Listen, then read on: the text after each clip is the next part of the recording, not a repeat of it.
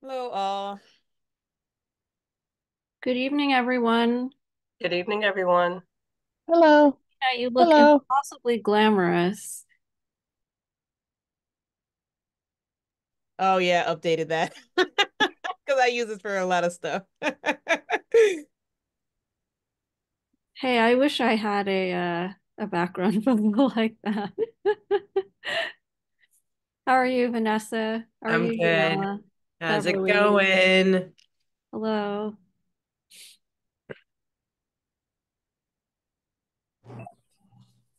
Hi, Suki. Hi, Unella. How are you, Mia? Good, can't complain. It's Tuesday. It doesn't feel like Tuesday. It feels like Friday. a third Monday. Definitely does.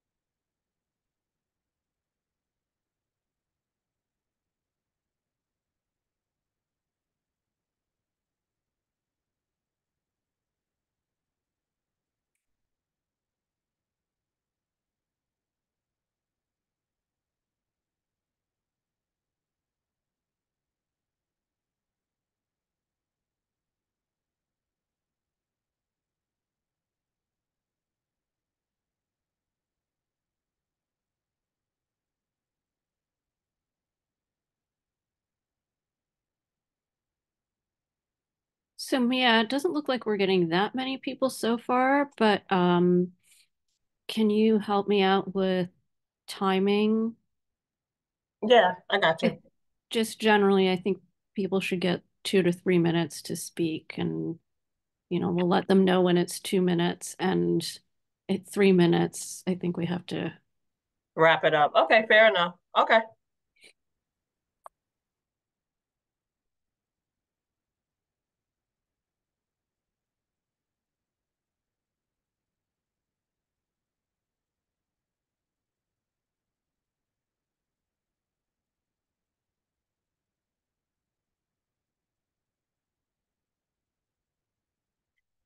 So I think we will get started. We're still actually waiting for a lot of people. Nicola said she would be late today, so that's fine. We're not voting on anything.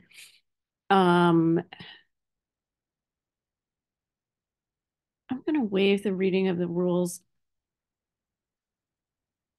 of conduct, except to say, um, be respectful to everyone else in the room. No hate speech. As I just said earlier, everybody's going to get 2 to 3 minutes to speak. Try to limit your comments so we can cover everything we need to cover and get out of here on time. Um, yeah. Okay. So we'll start with old business. We just finished up City of Yes for economic opportunity. So there was a city planning commission public hearing on this issue on the I want to say 23rd or 24th. Did anybody attend? Does anybody want to um, tell us about how that went?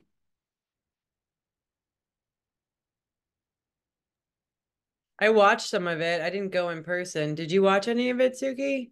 I did, yeah. Yeah, it was very long. And there was a whole lot of business beforehand that was interesting. Like the stadium in Queens, I didn't know about, but not pertinent to what we were there for, which was rude. And I thought that we showed up like we usually do. Community Board 9 was there for sure. Yep. CB9 was in the house. Um, Any thoughts on the testimony or the how it went, the questions? I mean, I think we covered a lot of our concerns. They make it so it's like, I don't know. It doesn't seem like anything gets through when you're in those testimonies. I don't know. I don't know. It didn't Not feel hopeful to me. so I noticed a couple things. First of all, I don't know how late you managed to stay, but right at the end, a lot of people came on testifying about how they wanted to see dance as a form of entertainment in bars and restaurants. Um, and a lot of them were actually like people from dance organizations, performers, um, and so that was very interesting because it seemed like a lot of them thought that it was not, that these activities were not permitted and that they needed to change the zoning code to allow them to have dancing. Um, it turns out that dancing is one of those dance studios, like art studios, are one of those things that is not permitted in a C1 district, but it is permitted in a C2 district. And so I remember that was one thing we talked about, whether there were like kind of specific exceptions that we would want to make.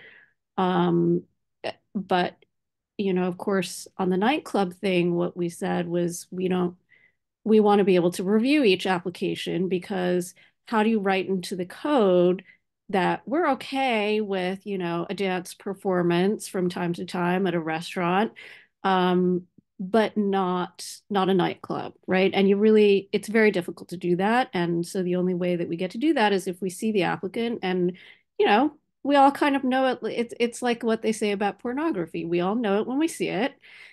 but we need to see it, right? So that was my thought on that. Um, Rebney came on at the end, and they actually asked for something that was unrelated to economic opportunity, but may ultimately come up, for the housing piece or later.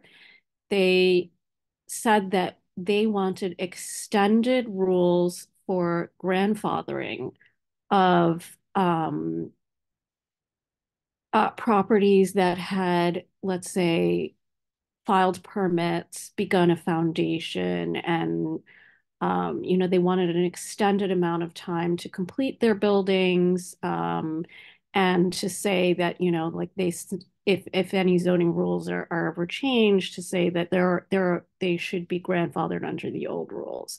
So I thought that was very interesting. Um, and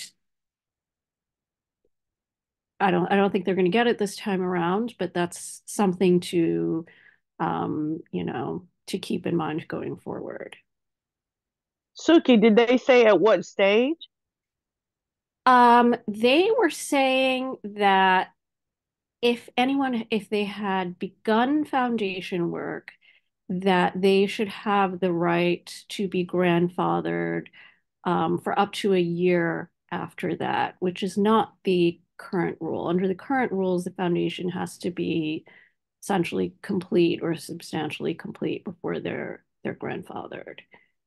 Um, and I have been, noticing this. I've been hearing from a number of places that what's going on is rather than filing demolition permits, what some building owners are doing is they're filing for cellar work and they're doing all kinds of digging, right? And then it's upsetting the next door neighbors and stuff, but you don't really know what their plans are. And so that's something to keep an eye on. Thank you. I Oh, have a and they question. wanted 5 years to fully complete their buildings. I have a unrelated related question. There's three sections to the City of Yes. Oh, sorry. The first one um was some environmental one. What's it called?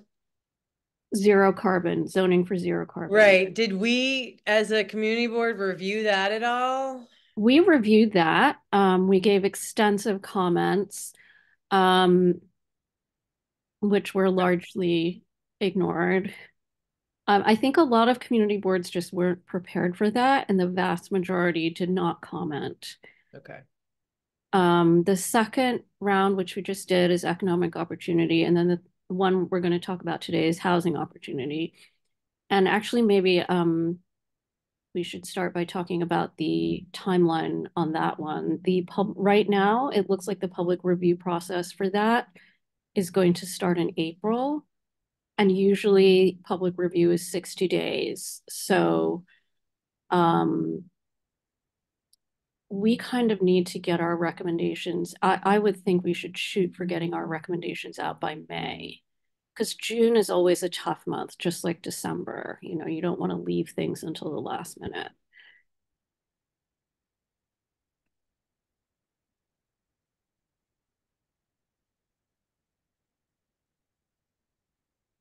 Okay, so maybe let's start talking about oh yes, and so as far as when economic opportunity is going to be voted on, the Planning Commission did not actually vote on the day of the public hearing. The testimony went very, very late. And I do not see their vote on the calendar yet. Dina. I've heard it might be at the end of February, but we do not know yet. Which would suggest they, you know, maybe there's a lot of work to be done. Maybe a lot of people haven't commented yet. We'll see. So on housing opportunity, how many people went to the information session on the 29th? Just raise your hand if you did.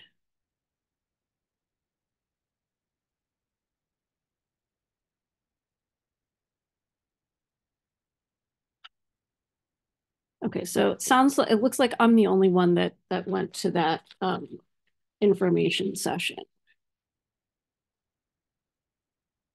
So did anybody have a chance to watch the video or read over the materials? Does anybody feel like they can summarize what's going on?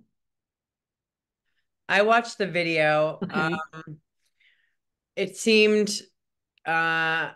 like they did a lot of dramatization of like life and death. This is life and death kind of talk. And I can't summarize it more than that. I mean, there were not many details in it. It was kind of quick, actually. They went like right into the question and answer thing after like 15 minutes, I would say.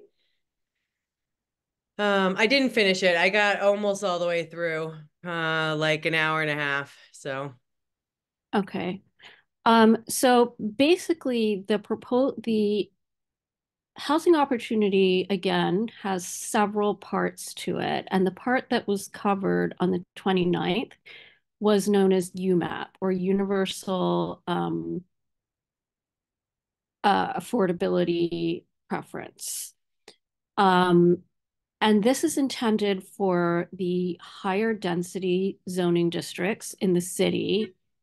That is the R6 through R10 districts. These are districts that generally have apartment buildings.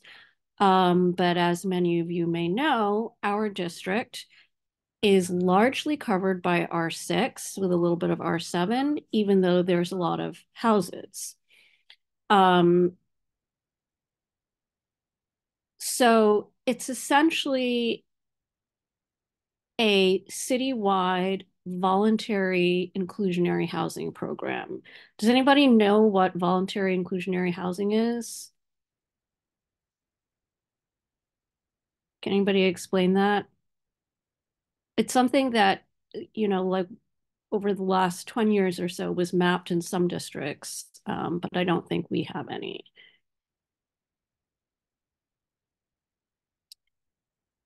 So voluntary inclusionary housing, as distinct from mandatory inclusionary housing, is essentially giving an incentive, a density bonus to developers who include a certain percentage of affordable housing. It's usually 20%, maybe 25%, right? Mandatory inclusionary housing means if you build anything, you have to include a certain percentage of affordable housing.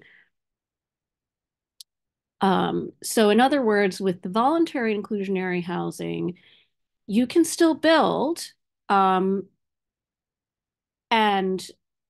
like let's say you're allowed to build 1,000 square feet, right? So under a voluntary inclusionary housing program, you can build 1,000 square feet, and you don't have to add any affordable housing.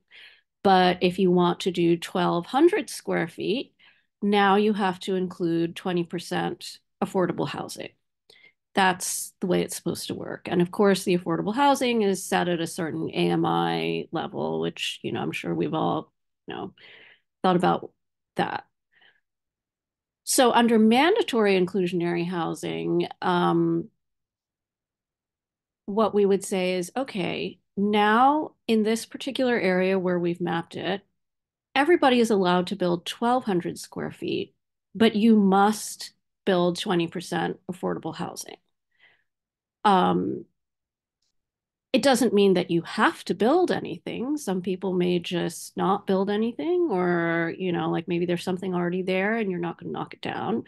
But if you build a new building, you must build it with affordable housing, but everybody gets the 1,200 automatically. So this particular program would be voluntary inclusionary housing, but it would not be mapped only in certain areas. It would be mapped throughout the city, essentially in every zoning district. Regina. Sorry, you said new buildings. Is it definitely new buildings or any kind of construction to add additional units from your awareness? If you don't know, it's okay. I could look it up.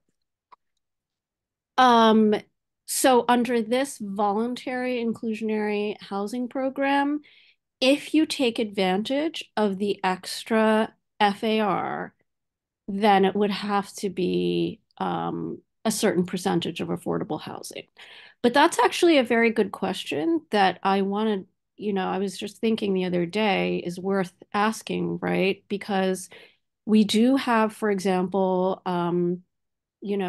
buildings that are already rent regulated or already have some affordable units that might actually be able to build a significant amount of extra FAR. And do the existing rent regulated units count towards the affordable requirement? That's a good question. Yeah, because even by me, so like, what do I have? I can, what is it? Whatever. I don't know. I can't even remember.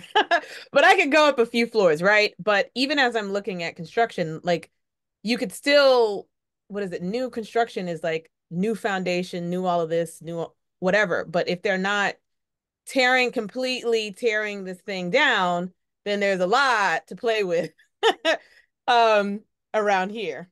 Yeah. Yeah.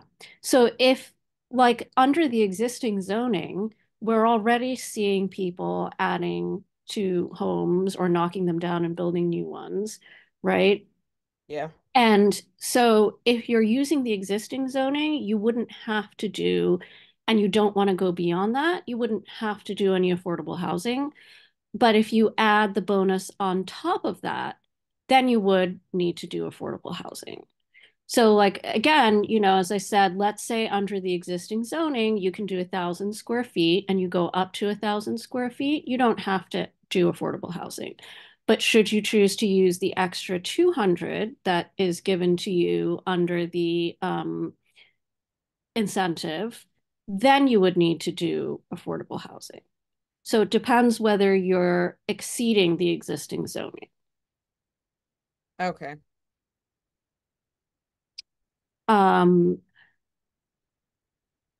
So yeah, I guess the best way to think about this, I think, is really to look at the chart of zoning density increases. So what they were saying in the information session, again, I think it's the sort of puppy dogs and ice cream. They were saying, oh, it's going to be a little bit more housing everywhere. We'd increase zoning density by about 20% in exchange for 20% affordable housing. But in fact, it's significantly more than 20% in some cases. And so I'm going to just share my screen with you guys.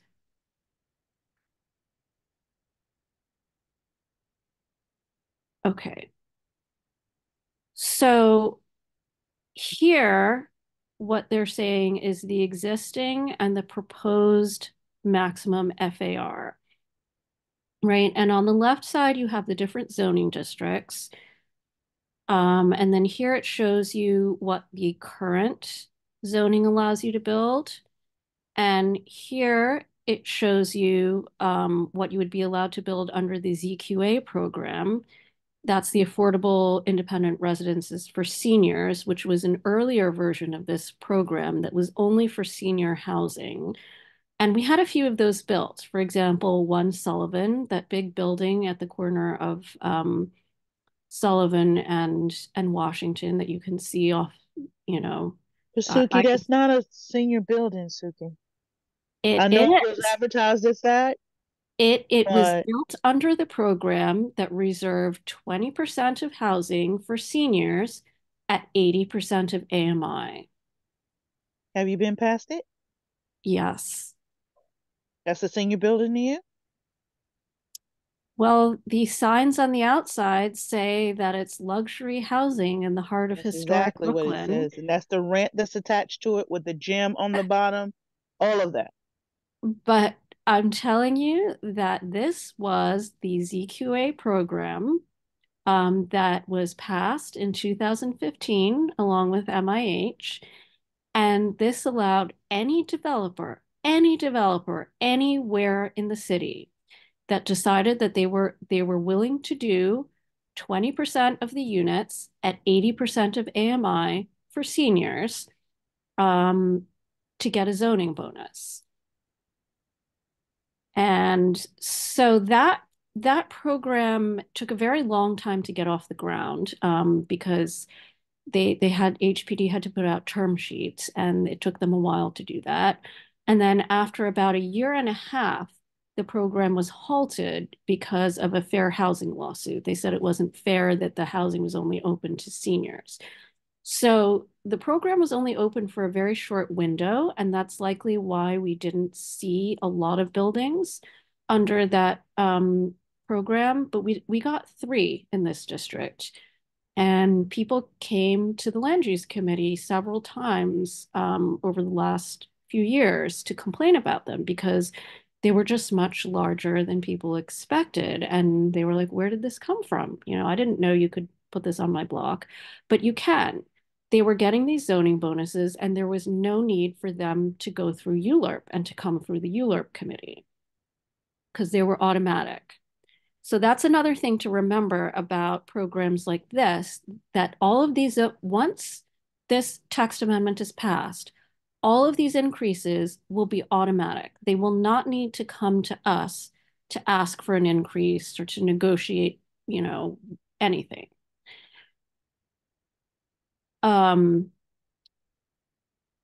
So this is the ZQA program. And this is the new program, the UAP program. In some cases, what UAP is proposing is pretty much the same as what the senior housing proposal changed. In some cases, it's different. So, what's very notable to me here, um, some of these increases are fairly small. For example, you can see this zoning district, R6B, goes from a 2.0 to a 2.4. That's about a 20% increase, right? But when you look at this one, R6 on a narrow street, it goes from 2.2 to a 3.9. That's about a 60% increase. Okay, R6 wide streets outside of the Manhattan core, that would also be us, goes from a 3.0 to a 3.9. It's about a 30% increase. R7 outside of the Manhattan core, again, if you're on a narrow street, it's about a 40% increase. If you're on a wide street, it's about a 25% increase. For some of these districts, it's, again, R8, it's about a 20% increase. And then there's also height increases that go with that. So now under an R6, in an R6B district, you can go from maximum height of 55 feet to 65 feet. That's about a 10-foot height increase. But in an R6, on a narrow street, you can go from a maximum height, you can go up to 95 feet tall. And in an R7 street, you can go up to 115 feet tall. On an R8 street, you can go up to 175 feet tall. That's 17 stories on a wide street. On a narrow street, you can go up to 145 feet tall. That's 15 stories. Really quick, how many stories is 115 feet? That's 11, yeah, like 11 stories.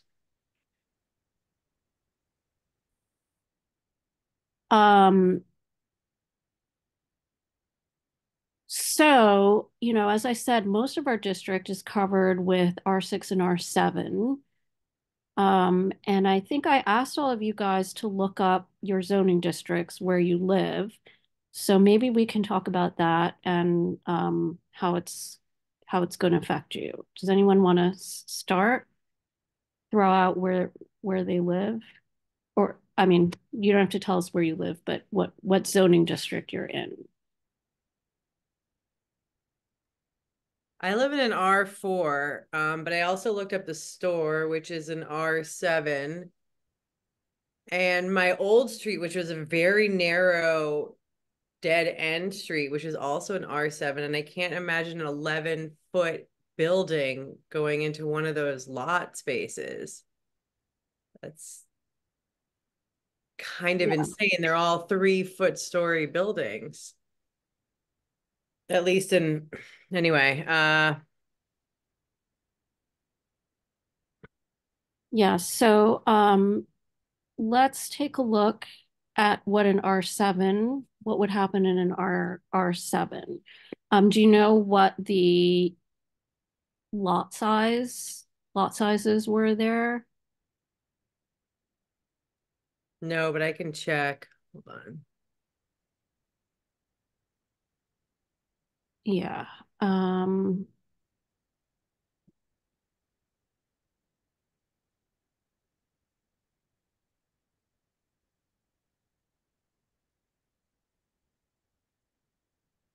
Lot size 3,200. Does that make sense? Yes. Okay. So that's So where awesome is right now. yeah. So just so everybody knows, this website Zola, which is from the Department of City Planning, is extremely useful. You can type your address into the bar here, and it shows you what zoning district you're in. Okay, it shows you the lot area right here, and it shows you the gross floor area right here. gross floor area is essentially the size of the building. So we're going to need to know those three things in order to understand what could happen to this building. All right, so Vanessa is telling us that she has a 3,200 square foot building.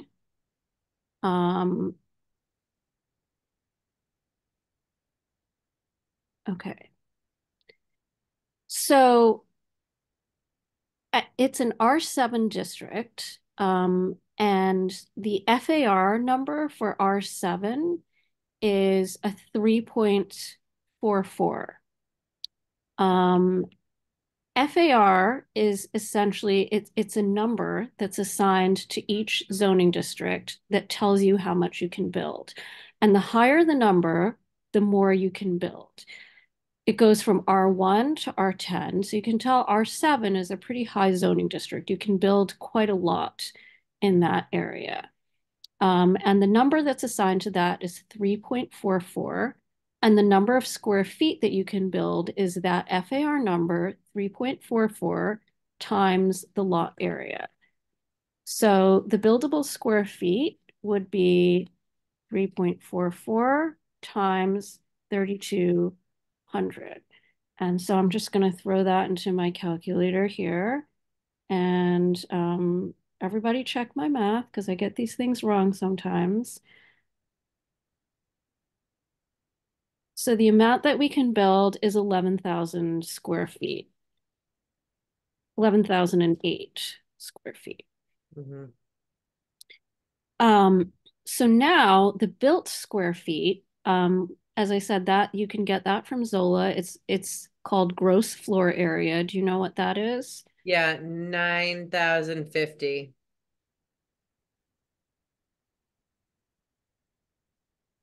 That's a lot. You I sure know. about that?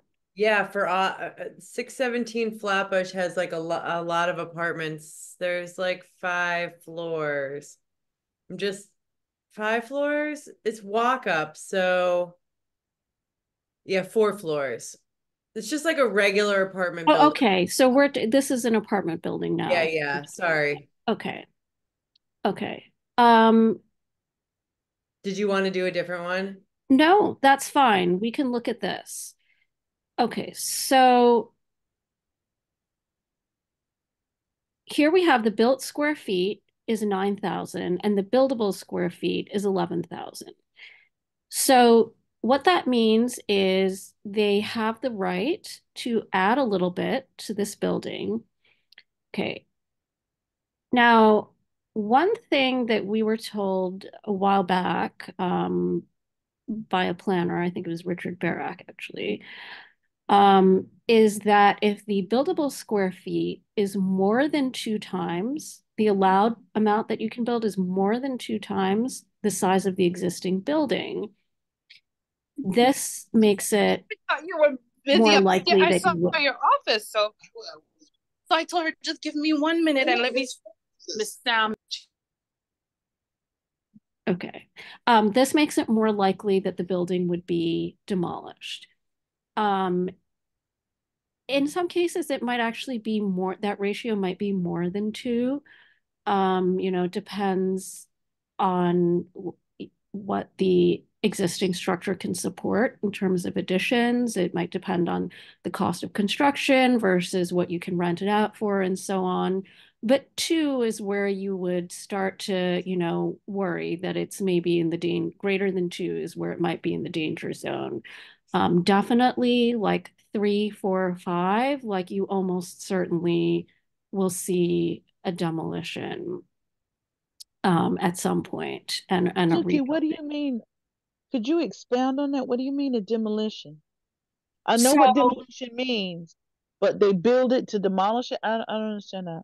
so meaning that, right, like let's say the buildable the amount that you're allowed to build is more than twice what is already there, then it becomes more likely that they'll knock down the existing building and put up Oh, if there's an existing that's building there. 2 or 3 Okay. times Okay. the size, right? So that's so in this case, we have 11,000 divided by 9, and that's not greater than 2, right? So under the current zoning, that building is not going anywhere. I mean, besides the fact that it's rent stabilized, right? So what would happen under the new UAP zoning? Okay, if we go back to that chart, right? The FAR is going up from 3.44 to 5. Okay, so now that buildable square feet is going to 16,000 if they do the 20% It's next to my bed. affordable, right? Okay, so it's still not more than 2 times. It's still not going away.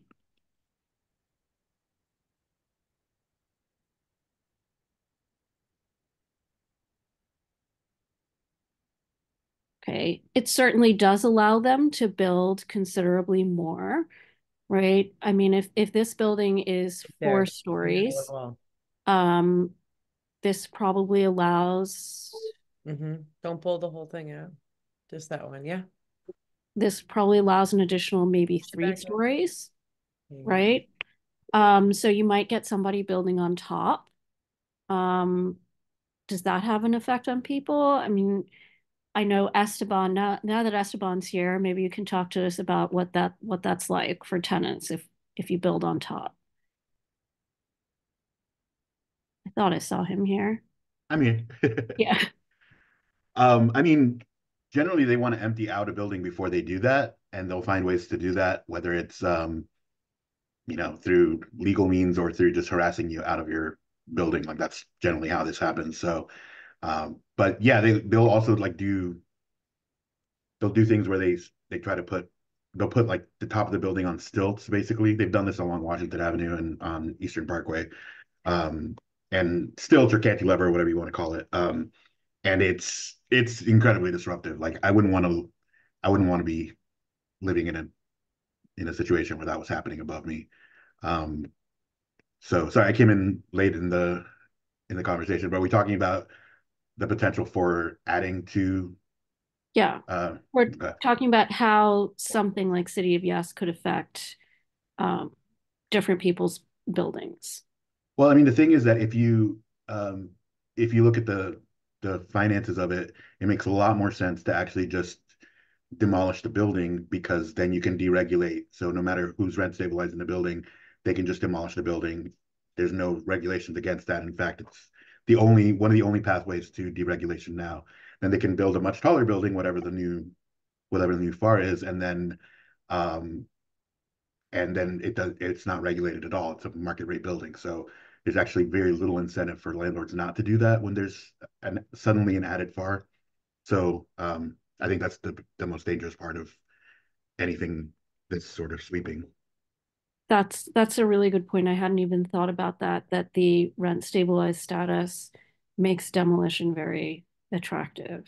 Yeah, this is the problem we ran into with the Soho rezoning, for example. There's 80 something buildings that went from being 4 stories tall, being rent stabilized. Now they can do upwards of 12 stories. Makes absolutely no sense for a landlord not to demolish that building because it doesn't have to worry about the rent stabilized tenants anymore. And he can build a 12-story building and make a ton more money off a market rate building. So it's the most perverse incentive you can possibly imagine. Yeah, that's pretty scary. Um, so yeah, that's what could happen with an apartment that's fairly densely built up. We, you might get an addition, you might get a demolition. let's take a look at maybe a different zoning district. Does anybody want to happen to live in a different zoning district? Want to throw that out? I have one. And actually, you know what? I can give, this is an apartment building that came up on our block. And this is just an example. So there's several single family homes in this, like where I'm around where I'm at, Okay. in the district. And basically, lot sizes, 2,000, feet or square feet. And this particular building, and the address is 574 Schenectady. If you want to Okay. look it up on the map thing, Zola. Yeah, And let's do that. these houses typically are around 16 square feet, first floor and second floor, and it's single family homes. What they did was take it from that 1,600 square feet approximately to essentially 5,500 square feet based on that. So they built up and deeper to get more apartments in. And then I think also, of course, if you get both two houses connecting, then you could go even higher. So there's a lot of opportunity for houses, single family. I don't want to call them affordable anymore because now prices are just ridiculous, but affordable from the sense of if someone was seeking ownership, condos are quite expensive. You could probably buy a single family home here and around here versus a condo for the same-ish price, but you're going to also have maintenance fees on top of it if you were to venture with a condo. That's one of the things that I have always looked into. So it is concerning with such a change that they would likely look for opportunities to purchase residential homes to potentially make some significant changes. Yeah, that's a really good point. And we've seen this happening throughout the district. Yep. So actually maybe, let's look at the next door so we can see what it was like, maybe before. Let's take a look at. Yeah, that's probably a good one. Okay. So Mm-hmm. see, it's an R6 zoning district. Mm-hmm. And if you don't know what the FAR for a zoning district is, you can click here. Okay, and this goes right to City Planning's website. It describes the zoning district, gives you some pictures, etc. And then it shows you what the density is that's permitted here. On a narrow street, it's 2.2. On a wide street, it's 3.0. Shows you what it is if it's an inclusionary district, which it's not in this case. Minimum lot areas, minimum lot widths, the required rear yard, how much of the lot you can cover, the parking requirement, the height of the building. And by the way, when they talk about base height, that's because for a quality housing building, you build up to the base height and then you have to set back. For a non-contextual building, um, there's no kind of hard height limit. So sometimes the non-contextual buildings can be quite tall. We've seen buildings up to 12 or 13 stories in R6 districts. But in any case, okay, so that's how you can get the information about your FAR, which is 2.2 on a narrow street. And how do you know it's a narrow?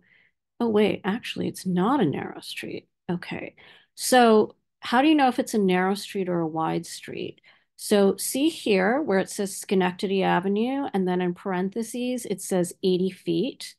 So 80 feet and wider is considered a wide street, and that's per the zoning code. It's not something that comes down from God or whatever. That's just something arbitrary that was defined in the zoning code. And So on a wide street, the amount that you can build is actually, the FAR is actually 3. So you can build 3 times the lot size. Lot area here is 2,000 square feet. They can build up to 6,000 square feet. Now it's saying here that the gross floor area is 824 square feet, which is kind of surprising to me. Is this a one-story building?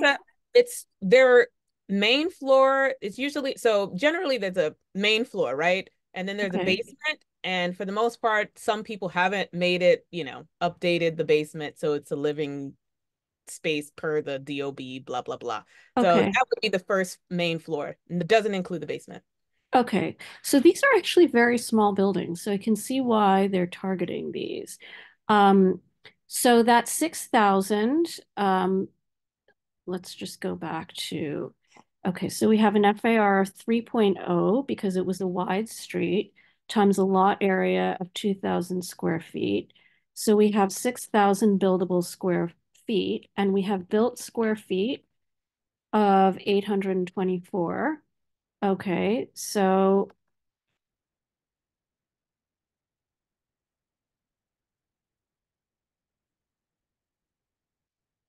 I mean, this is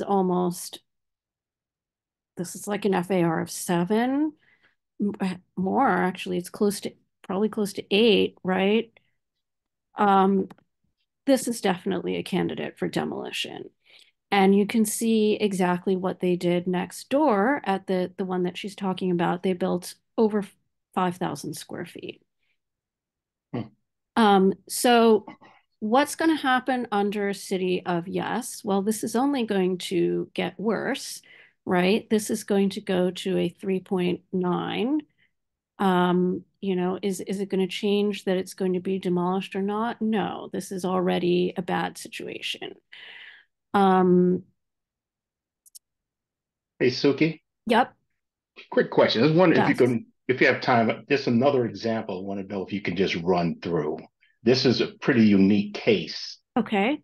All right, I'll give you the address when you're ready. Yep. Okay.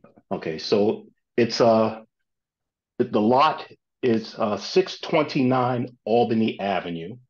Right, Okay. it's owned by a church. This lot is Oh, 33,409 wow. square feet. It's an It's a interior lot.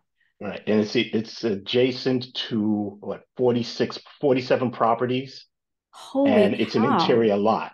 So how would, I'm just curious, can you run this through as an example? Yeah. Well, I think what's going to happen is you're going to see a tower on Hmm. either Albany or Troy, Hmm. right? Because Fenimore is a narrow street.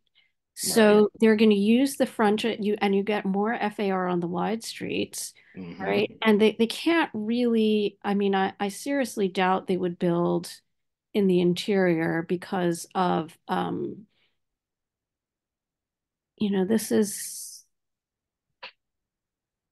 okay. So here's another thing that you can do. You can use there's a measuring tool, right? So you can Hmm. see, okay, this is only 42 feet deep. Right. And that isn't really going to give them enough to build in the inside because you have 30-foot yard requirements, right? So they're going to take all of this FAR and they're going to push it out to here. You're going to see something right here, right, that goes Hmm. back like a ways. And they can build a tower because this is a non-contextual district. Hmm. You're going to probably see a tower here and a tower here and, a pretty big, nasty building here. Hmm. But it says Beverly, yes. And does the church own all of that, sir? Yes, they do. So you're asking the question because I'm listening to how Suki's describing it. So you're saying the church is going to sell both ends and not the middle? So there's been talk of the church building on the site, an Oh. apartment complex or building. I'm not sure. I'm Okay. just hearing rumors. The church is located on Albany Avenue and extends approximately, say, 200 feet from Albany into the lot, and the rest is just an empty lot. So I just wanted to use it as an example, just to get an idea of what is it I'm going to see right Yeah, next do you door to see my the house. shape of the lot, Beverly? Yeah, I It see it. runs That's what's through making me the ask. it Hmm. runs through the interior. So it's a really, really weird case. But I Um, think with the church building it itself, I thought he was selling it, but with the church using it themselves, it's their lot. Right. About where is the church itself, the church structure situated? It's on Albany Avenue. So if you're looking at the right here. diagram, right, it's right Uh-huh. where Suki has the pointer, and it's approximately 200 feet going east in towards the lot from Albany Avenue. So, Suki, if they built the way you said, they'd have to move the church. Yeah, they're probably going to demolish the church and build Correct. up something in its place and have a new church on the bottom. That's Correct. The church is I an older church, sir? I'm sorry? The church is an older church? Oh, yes. It used to be a facility years ago owned by St. Vincent de Paul, which is similar to the Salvation Army. Oh, it used to be a Catholic church. No, well, it used to be a Catholic organization. It wasn't. It was never a Oh, church, okay. Okay. and the building was purchased by a church, and they converted it, and they, took over. Then part of that part of the purchase was this lot. So So it's not they are. landmark then? No, no, it's not landmark. No. You You can know, Okay. see, Rod, the Yes. way this is going all the way through from one end to the other, it's almost as though in the old days there was some kind of driveway or Yeah. easement. I would look into the city archives, go back beyond, the online systems only go back to the 1960s. You've got to Hmm. go into the municipal archives to go back before that. But I would bet you there's some kind of an easement there. Could have been extinguished, I don't know, or it might still be valid. I mean, the way it's set up looks to me like it was a shared driveway for carriages. They still You have are a lot of these shared driveways in Queens behind the houses. So, Suki, you are right. Years ago, that's where the trucks once in a while used to come through off of Troy Avenue, and they would go into the lot and they would go to the rear section of the building through that Okay. way. The entrance now is on Fenimore Street. Okay. So that's where the entrance is right now. But yes, you're correct. Years ago, they used to enter off of Troy Avenue onto that lot. But now the official driveway now is on Fenimore Street. And that's So, where the but church. is it possible though that that it's a shared easement that other property owners actually have rights to this easement?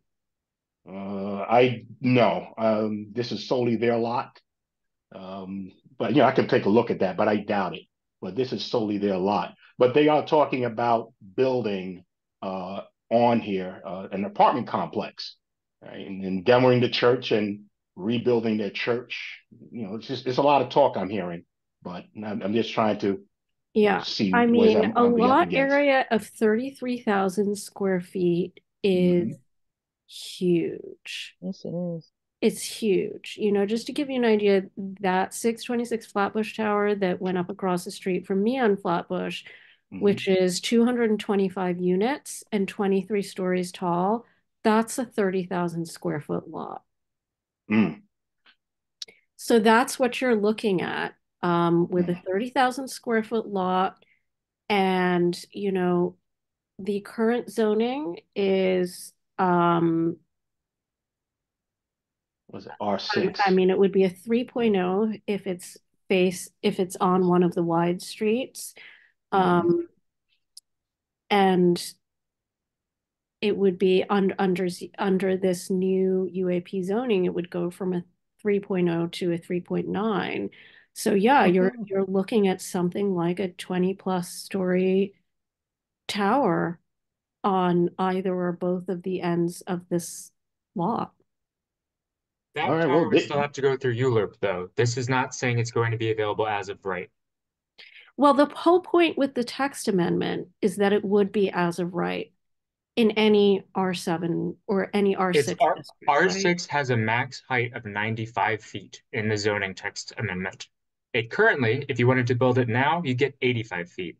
That's 10 additional feet. That is not considered a tower. Well, assuming that it's, Anything higher than 95 feet would have to go through ULURP. assuming that it's quality housing, right? Because the problem is that this is an R6 non-contextual. Regardless, the height that you're describing would need to go through ULURP because in the situation that you've laid out, they're going to be taller than the 95 No, it feet wouldn't allowed in the because UAP. it wouldn't because R6 is a non-contextual zoning district. So we've seen like on some parts of New York I think on New York Avenue and Lenox, which is an R6 non-contextual, they got a 13-story building. It just depends how large the lot size is and how far they can set it back, which here they can clearly set it back as far as they want. They could set it back 100 or 150 feet. They can get to 20 plus stories. Now, a good question maybe is whether these UAP bonuses would apply for uh, the sky exposure plane zoning, right? Because right now under the current rules, you only get the maximum quality housing zoning, right, with certain height limits. But under the current rules, if you do not access the maximum zoning, if you're using sky exposure plane, it can go very, very high. So I guess a good question would be whether the UAP bonus would apply if you're not using quality housing, if you're simply using the non-contextual zoning district.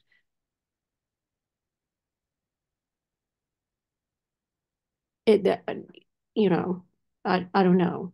It could be that they intended for it only to apply with quality housing. But yes, in that case, I would assume that maybe it would go to 95. They would do one 95-foot tower here and one 95-foot tower here, and maybe something here, or maybe they would leave this as a driveway. I don't know. well, listen, thanks for the discussion. I just wanted to get an idea as an Okay. example of what I'm Okay. what I could potentially look forward to. So, but thanks for the discussion. Well, I hope you're looking forward to. Oh, But yeah, if you have any, definitely feel free to reach out if you have any other questions because as you know, I do think this is a very weird situation and there's probably more to this than you would imagine. yeah. Um, Okay. okay. Anybody else like different zoning district, different setup, want to throw out what zoning district they're in, what their lot size is?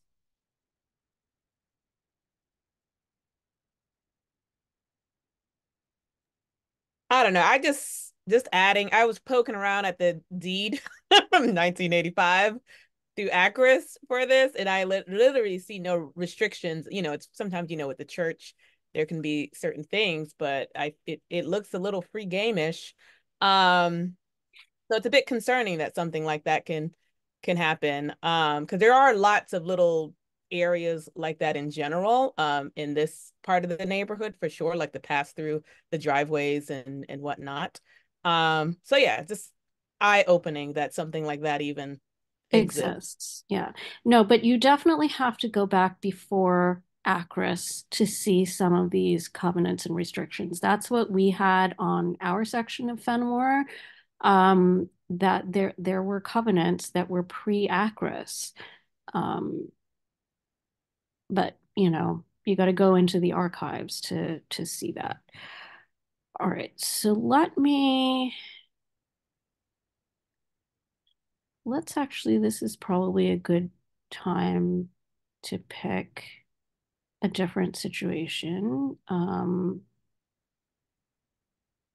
Let's look at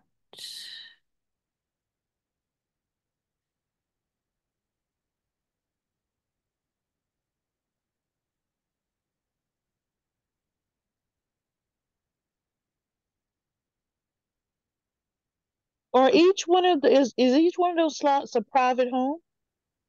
Yes. Yes.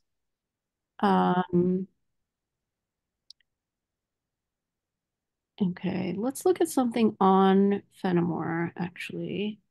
This might be So those are city houses right there. Those are really. NYCHA homes. Yeah, those are NYCHA homes. Where the hand is? Yes. So what happened? Those homes were built originally by a builder. He could not get a certificate of occupancy, and then the city purchased it for $1, and they turned it into NYCHA homes. Well, that's fascinating. So maybe this is a chance for us to see what would happen to some NYCHA houses. Throw me an address. Do you know what the You mean what's address? not already happened to them, Suki? What? You mean what hasn't already happened to them? Something new? All right, so Give me one address there is 742 Fenimore Street. okay. 742. Okay. This is super interesting, Rod. Um, okay. So, this is a really good example of what could, okay, owner public authority, and you can see it says NYC, New York City Housing Authority. So Rod is right. Okay, so this is an R6 zoning district. On a narrow street, you can see Fenimore Street. It says 60 feet here. That's considered a narrow street. The lot area is 1908 square feet. The gross floor area is 1976 square feet.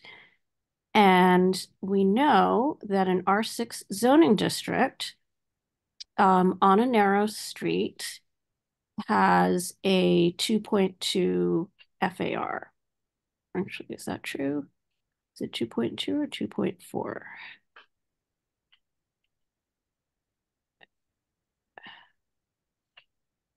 I think it's actually 2.4. Okay. So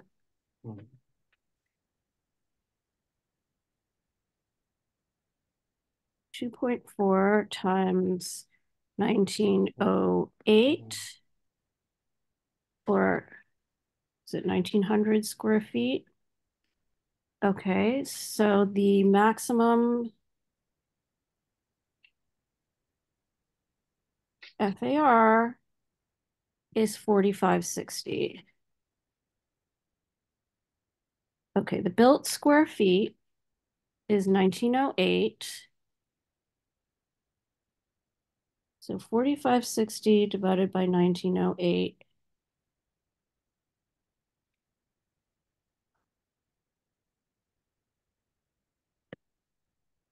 That's 2.38.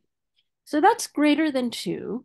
So it's at risk somewhat, but it probably hasn't been demolished, first of all, because it's NYCHA. And maybe it's not quite enough, right? If construction's expensive and maybe this part of the neighborhood is not, the rents aren't nearly high enough, right? But let's take a look at what would happen under City of Yes. This would go from a 2.4 to a 3.9. Okay.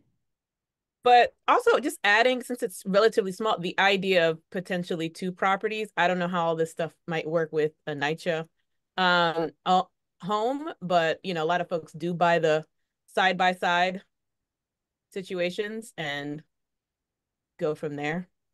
And they would probably, like, under some sort of a program, like a RAD program, right? The privatization program, they would probably look at the entire development at once. So let's say it's 12 houses. They'd probably go to all 12 houses and say, look, um, we'd like to knock the whole thing down and build up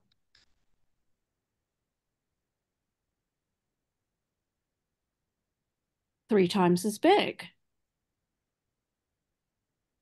Yeah, it feels like that would probably be more likely thing if they were to do something with it. But just to show you what would be the effect on each one. Okay, so now what you can build is almost 4 times the size of what's already there. And that's almost certain that somebody is going to come along and say, you know, all 12 owners, your houses are in terrible shape. You can't afford to fix them. Um, we'll buy them, demolish them, build an apartment building, and you'll get apartments in the resulting apartment building. And a As lot of this opposed is to now, actually, what are these? I'm sorry. These are not apartments? I'm not familiar. No, those These are are private housing? two-story homes that was built by a developer back in the 60s, early 60s. It He says could not get 1950.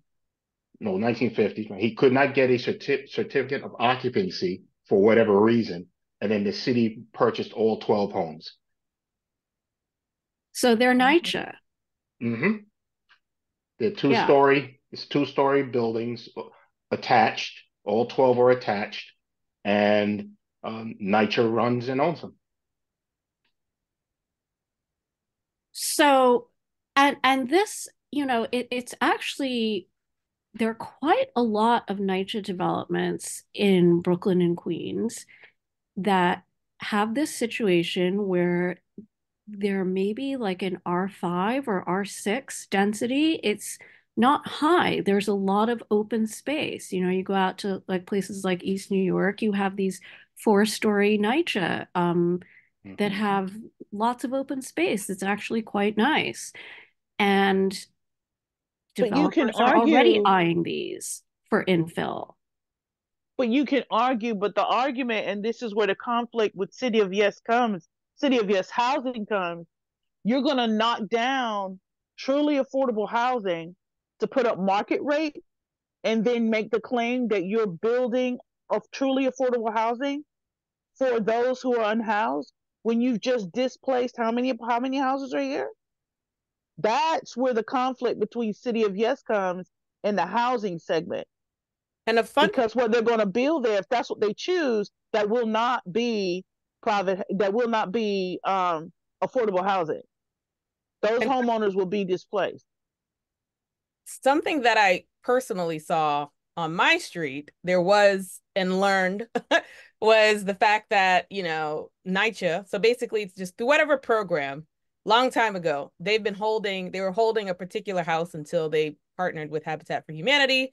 So, and the interesting thing is this house was off the market when I got my home, right? So it's a lot cheaper, 2013. And then they renovated it and they sold it to someone. So they have the programs, but it's through that program, it's the market rate, but obviously there's some little bells and whistles and stuff like that. But I don't know how many more of these properties on this particular list. I'd have to dig through my files are in our district, but I know overall there was plenty because I had a concern because we had a squatting issue and some other things going on. But they own the property and then they went through this program to then sell it.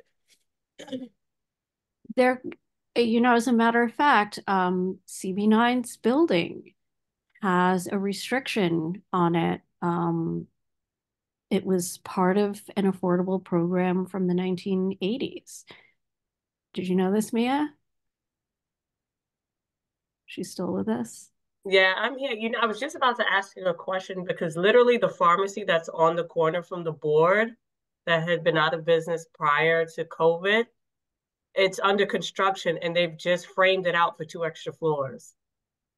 Wow. Oh, that's what that is? At the corner, yeah, that pharmacy that the older gentleman Right. I remember the owned. pharmacy was there, and that's the lady who came in front of us for a liquor license. No, no, no, not her That's a business. different person. He, Oh, okay. he's at the very corner of President and Nostrand Avenue. It's completely framed out Across the for the street from the additional train floor. station. Yes. Okay. Well, I'll as a I'll matter of send you a picture to fact, see. Yeah. let's look at CB9's building because this is another typical case of what could happen.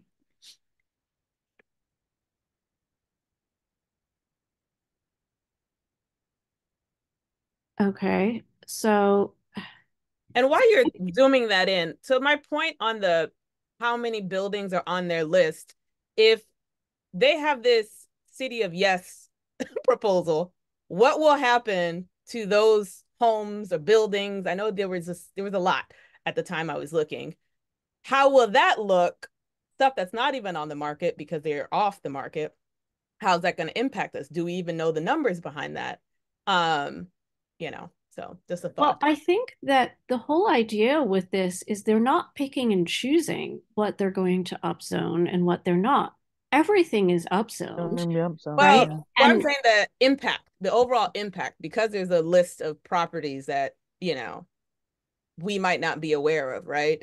There could be a greater impact to us than we think Oh. if it passes. there could be. I mean, usually, with environmental impact statements, they're supposed to base it on the reasonable worst case scenario. Um, so they would basically look at what is the financial incentive to the owner, what can the owner do, and what would they do based on that? And I would base the analysis on how much they can build versus what's there. What kind of restrictions are you putting on them in terms of the rent? And how much can they get at market rate? So And the homes are owned by the city, right? So NYCHA. There was a program. I'll double check and I'll share it once I find it again. yeah. But they were owned, so they would already own them because they were through whatever So foreclosure. if they're still owned by the city, I would assume, and the city's goal is to build as much housing as possible. I mean, the city generally has two goals, right? They want to build housing for people who need housing, and they want to collect tax revenue. So, one thing that you may see is supportive housing because there's a great need for that, and most people say no to it. Most private owners will say no to it. So if you have a city-owned building, they're going to try to use that.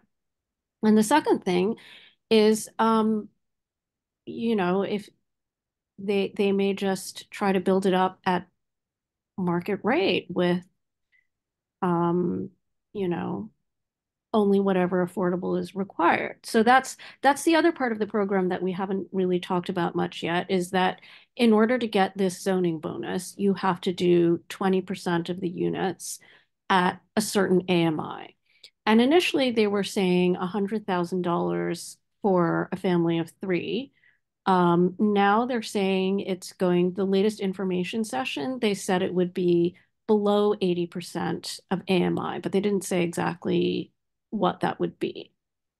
So that would be about $80,000 for a household. So you can imagine that if, I think according to the latest census numbers, our district's AMI is median income is about $77,000, but it varies in different parts of the district. So if they think that they can essentially build market rate housing with that AMI, then they'll take the zoning bonus and they'll demolish it. Regardless of whether it's a private owner or not, I would think. Beverly. What concerns me too, and we haven't spoken about this either. We've only spoken about what it looks like to build and where can they build. We aren't talking about, or no one's talking about, the number of homeowners that are going to have to go through being harassed again. Because with the City of Yes and the discussions that we're having, even with NYCHA, that means these developers are going to be encouraged to go back to these areas and attempt to push these individuals out so that they can do this. We haven't talked about that, and I know that's not the hard statistic side, but that is the humanity side, and that's the side we've already faced in some parts of Community Board 9 when older adults at the time were experiencing being harassed by individuals trying to purchase their property, which is why the harassment law was made for homeowners. So now those individuals who weren't touched before, or who they could have been touched but didn't succumb, are going to have to go through it again. I would agree with you. I think it's absolutely going to get worse. Before they took away 421A, a lot of my neighbors across the street who are not landmarked were being harassed. People came and they literally stuck their foot in the door when the tenants opened Yes. the door and tried to get their foot in the door and ask the tenants for information. And, older people were being called and on the phone saying, can we buy your house? And, you know, there's always cases where there's a family member that's maybe not quite right in the head or something, Right. and they get offered $10,000 for their share of the house, and then they try to use that to force the others to sell. So yeah, lots of things. But I think the reason I brought it up is when we send forward our changes for this, that should be included in that. Because as everyone notices, that this district or New York in itself, we're older now. I mean, yes, there's a whole new group of gentrifiers coming in, but we have a long-standing group of 50, 60-year tenants who are 70, 80 years old. And we have to talk about handling this better, the harassment better this time than we were able to handle it last time. Yeah, for sure. For sure. And any other comments on that subject before I?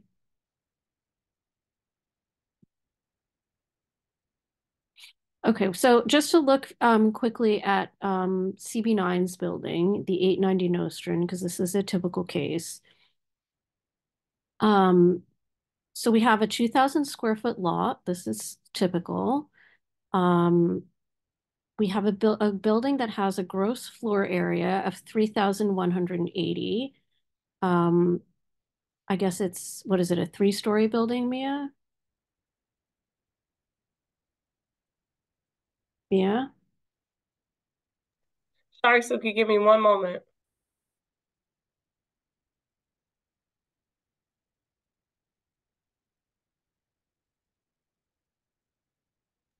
Sorry for that. I was just Oh, plugging it's in my okay. charger.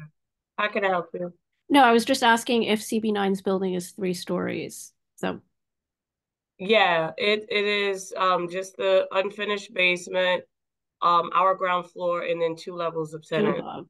Okay, so you can see from the gray outline of the building, it's actually a pretty long building. So that's how it gets to be over 3,000 square feet. Um, so zoning district R6, it's on a wide street. Nostrand Avenue is 80 feet wide. You can see it tells you right here. Okay, so the maximum FAR would be a 3.0 under the current rules. So under the current rules, they could build up to 6,000 square feet. Um, this is just over 3,000. Okay, so based on our little rule of thumb that says if the allowed buildable square feet is 2 times or more the existing built square feet, that it might be demolished. This one isn't going to be demolished. It's too big for that. Um, but, if we change the rules, right, to a 3.9 times 2,000 square feet, right, now we get to almost 8,000. We get, right, 7,800 square feet. Okay, built square feet is 3,180.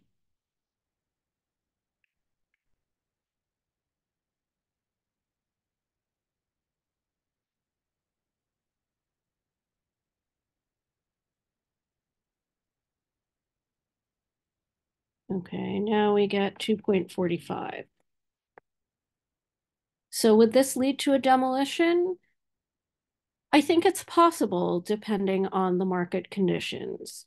Um, and I think what's kind of scary, right, is pretty much every building on Nostrand is like this, as Mia said. So you're Right. talking Hey, about, Suki, sorry, hate to interrupt, but could you actually click on that lot 39 at the corner? Because yes. that's the building that's actually under construction. Okay. Interested to know what it'll say. You know what? I can't just select it. I think I have Oh, to okay. give So an it'll be address. 1282 and You, then lot 39. you should be able to just click on the tax lot. Yeah. No, it's not letting me do that. All right. So block 1282, lot 39.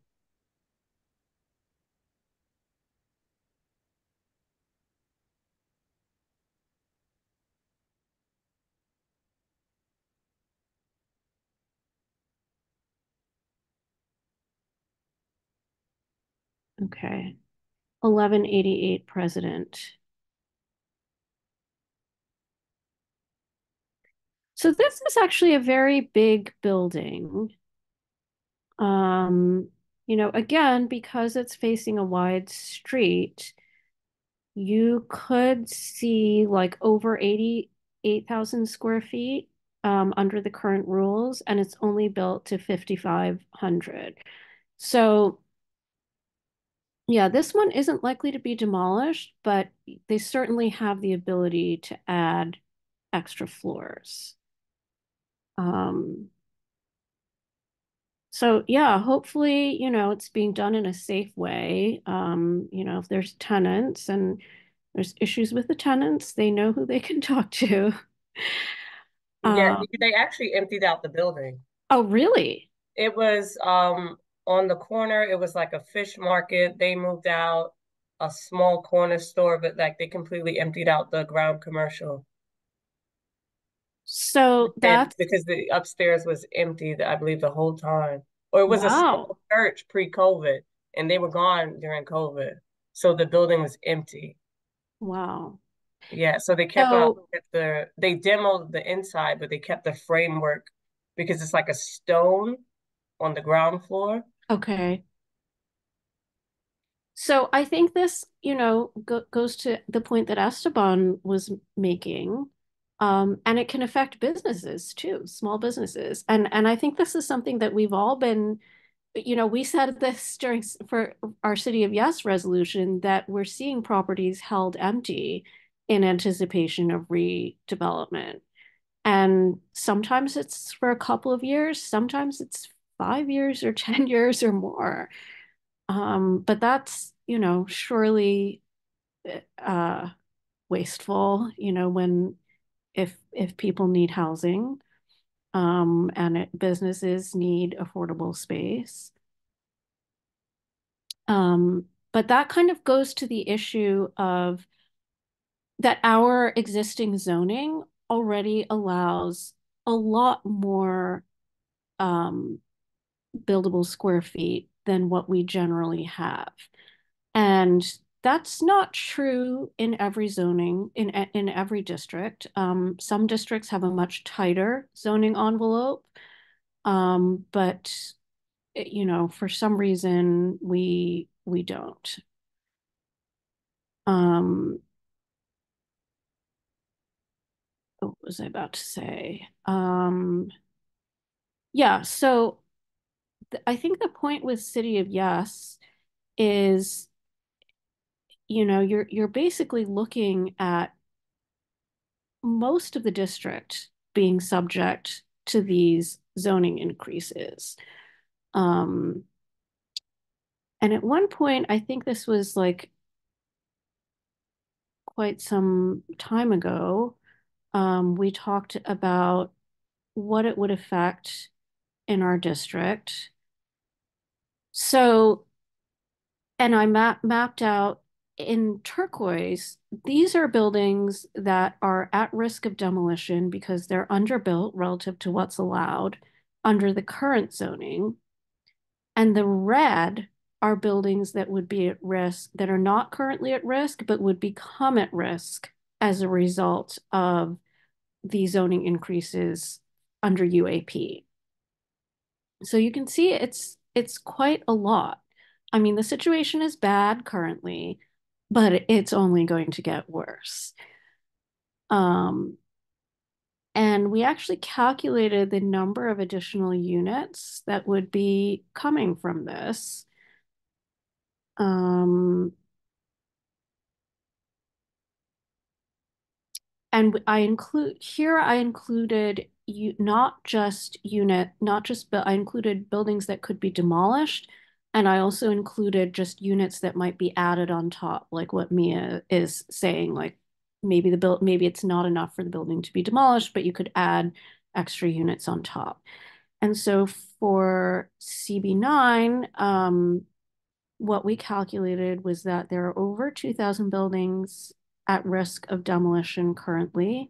And by the way, obviously, I left out like the landmark districts and the low density districts in this part of the district. And the UAP program would put an additional 3,100 units at risk of demolition. Beverly.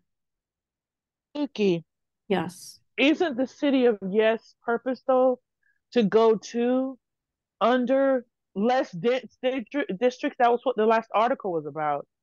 The city of Yes addressing um let districts that aren't as densely populated. Well, Why would they be going? that's the second part of City of Yes, right? The City of Yes has um, two parts to it. There's UAP, which applies specifically to Right. high density districts, and there's the low density proposals. And both include are upzonings.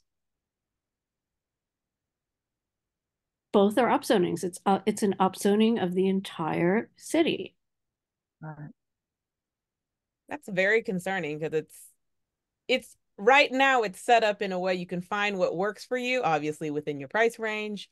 If you want to be in the dense area, there's those options, but there's plenty of options that are less dense for those who want a bit more space or whatever have you, or not to be in the middle of everything, having a bar and all the other nuances. So it's very concerning for this to be for the entire city.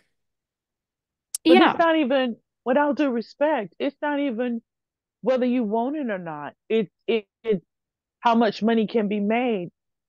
I am between Bedford and Franklin. There are two constructions on both sides of Montgomery on Franklin. There's another construction on Bedford, and there's another construction on Crown and Franklin. It's not even, it's because those lots were empty. And it's not even where do you prefer to live, because not everybody wants to move every 5 minutes. It's there is such a thing as let's not touch this district because there's too much going on already. There. No, I agree. I was just explaining as a renter No, no, or no. I didn't owner. mean to. Yeah. Forgive me. I wasn't crying. I wasn't trying to be um mean. I wasn't trying to be mean. I was saying I didn't take it that way. Yeah. oh, okay. I'm grateful because I didn't take it that way. wasn't my intent. Yeah. That wasn't my intent. I was saying, and when they say densely populated, there are some of us, we have more than enough. We have, and every time you talk to someone and they say it's because, oh, you have ease of transportation. But when you go to the train stations are raining through the roof. So what's the purpose if the train station is about to fall down? The city of Yes, when it comes to the housing component, is because I've been seeing it for a minute and just walking through our district. It's more that it's a quality of life issue. And it's like you said, there are some places that are sparse, but they really don't want to put multiple family dwellings there. They want to put commercial stuff there. And because of the transportation or ease of transportation, that's all I'm saying. City of Yes is going to decrease not just the housing part, the economic part, all that. It's not bringing to those who don't have, it's bringing to those who already have. Yeah. So, when you say there's already a lot going on, that's right. There's already over 2,000 buildings at risk of demolition. City of Yes this UAP program would put another 3,000 at risk of demolition.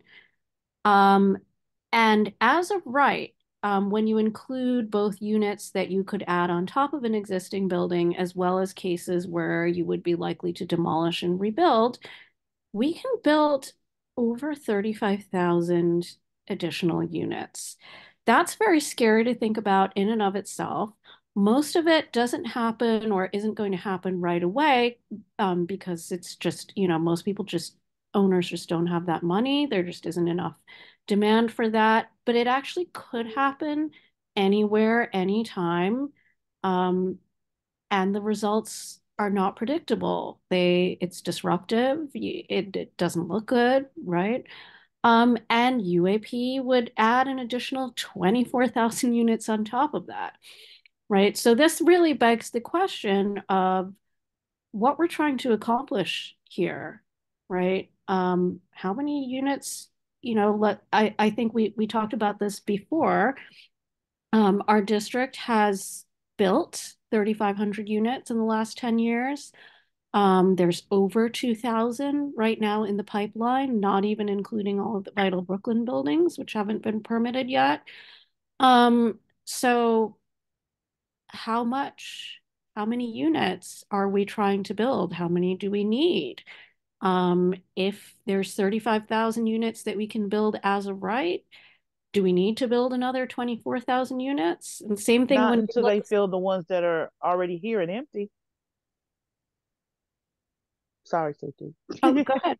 No. I said Yeah. not unless they, because we're building without investigating how many of these apartments that's already been built in the last 5 years are occupied. Many of them are empty. So we're using resources with the how with because remember MIH came before this. Yeah. So we're using resources that we could very well possibly not need Yep. if we bother to take the energy to see how many of these houses that were built in houses or apartments or units that were built in the last 5 years are occupied. If you pass by these new buildings at night, you'll see many of these apartments are unoccupied. And I think that's something that's what makes me feel the city of Yes is more about money than it is about housing, because the rules aren't changing to how the rules aren't changing to make the individuals who own the unit but are warehousing them open them up to the individuals who are homeless. The rules aren't changing for that. The rules are going, let's build more, let's build more. When you already have a significant number of apartments, condos, cooperatives that are empty for various reasons. They're holding Yeah. it till the price goes up. People can't afford the current price of condos just for various economic reasons. But either way, their space is not being occupied for 100,000 New Yorkers who are homeless. They could be occupied, but they're not being. So that's my frustration with this part of it. And I Yeah. think we No, should mention that part of it though.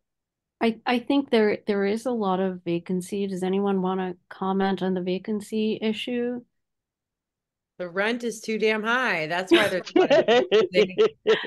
I mean, and these buildings are crappy and they're not set up so people would even want to live in them. I see them out the windows and those bedrooms look very small. They are small. Yeah, They I don't are know. small. It's To like add if you to don't the have any stuff, that's fine. But if you're an yes, adult with things, you can't live there. And I think I another thing that can. we haven't talked about all this is the parking situation that they want to get Yes, rid of. So if we're talking about quality of life and you're thank going you. to put these buildings into spots that maybe don't have a train right next to them and you're not going to put parking in, it's going to suck for everybody who already lives around there. And Right. that's going to be a real nightmare as far as I'm concerned. Seems crazy. That And is a really good point. They are eliminating the mandated parking, which is Yeah. currently at 50% of the number of dwelling units, um, in the higher density districts. Regina, and then Beverly, did you want to go again? No, I'm good. I'm good. Thanks, Vicky.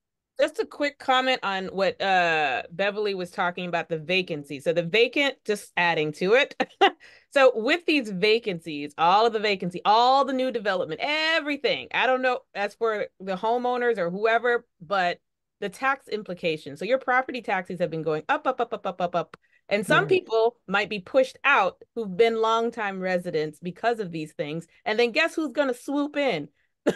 Yes, Developer yes, to purchase this property. So imagine yes. buying your house in 1952 or something like that. And here you have, generational. There's a lot of generational families in some of these areas, definitely where I'm Right, at. So it's a huge right. concern of what is the motive. So to Beverly's point, it is a money grab, likely. They will push people out and come in and secure a lot of these single family homes that haven't been developed, and they couldn't rent it out. And small landlords typically can offer a smaller, they're just trying to help offset some costs, so they can typically offer less of a costly, if they are a two family or whatever have you, and the developers do their market rate thing, or even quote unquote affordable housing that is not affordable. But Right. I That good. digress. That's the only extra. But to build on top of what she said too, if they remove the houses that were paying into the tax bucket, right? They move the private owners who were paying into the tax bucket. They're able to, let's just say, God forbid, they reestablish the 421 something. So now you're going to have more people living in that space not paying taxes because of the benefit that the developer or the builder got. So that doesn't save the people who are choosing to stay in the community, because now they have 10, 12, 15 more apartments, could be more, it depends. And their tax bill is still high because this building don't pay taxes for however many years. Yeah. Unella, you had your hand up. Did you want to say something? Yes, Suki, what about downstate? That now they closed Kingsbrook Jewish Hospital there, and that's part of the Vital Brooklyn. And now we're going to go downstate, and they're trying to close downstate as well Yes. for more housing. Yes. So we're being oversaturated with all these bills, and other people are being displaced. Look, all the workers at those two hospitals. Yes. And in the the greatest scheme of things, with all these people moving in, we are only going to have one hospital, One public this hospital and big the others are private. radius. That pardon? One is public and private. There's a big There, disparity between the two. Yes. I understand, but for the amount of people that we have, we end up with just one hospital for public. So that's also a great concern. What happened to the health and the welfare of seniors and other people who have chronic illness and being displaced? All of that has to be taken into consideration too.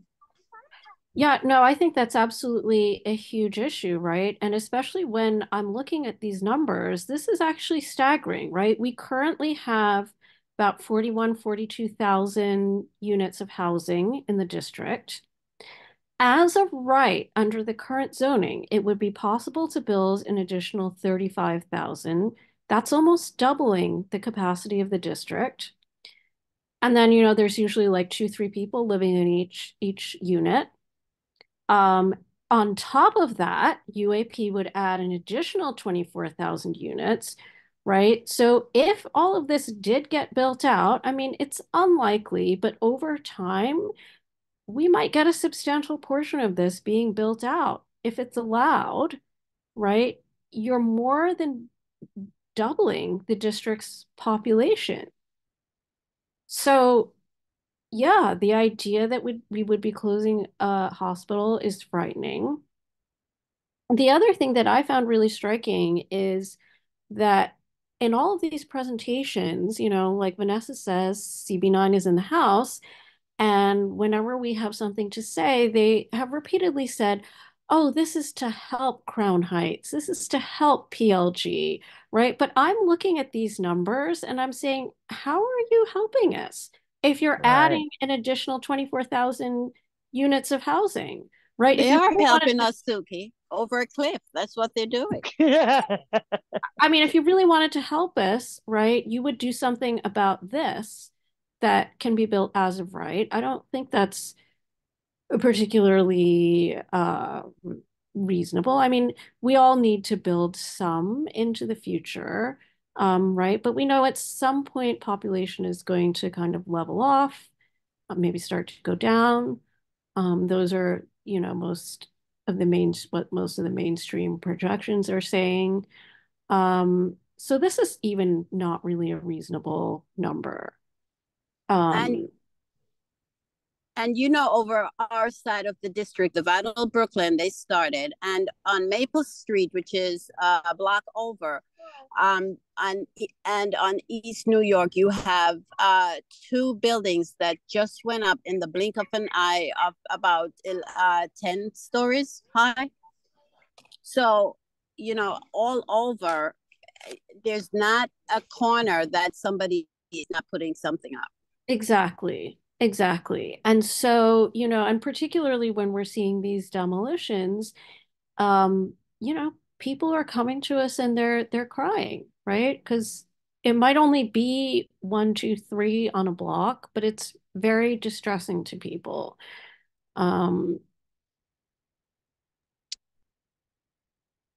Okay, so let's talk about so SUNY Downstate definitely it's a huge property. I think that we need to make sure it's state owned, right? But nevertheless, it's going to have an enormous land use impact if they do convert it to housing or even something else, like let's say a commercial use.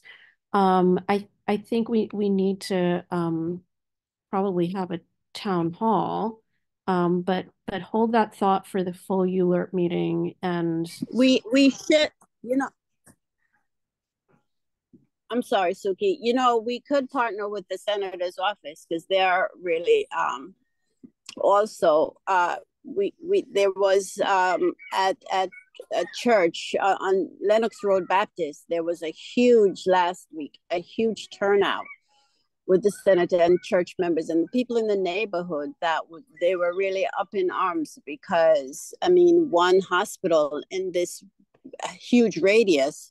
So it would behoove us to try and see what we can get done with that. Yeah, I would, yeah. I mean, we'll probably need to discuss this at full ULERT, but I would be in support of CB9 maybe doing a town hall. That's great. That would be great.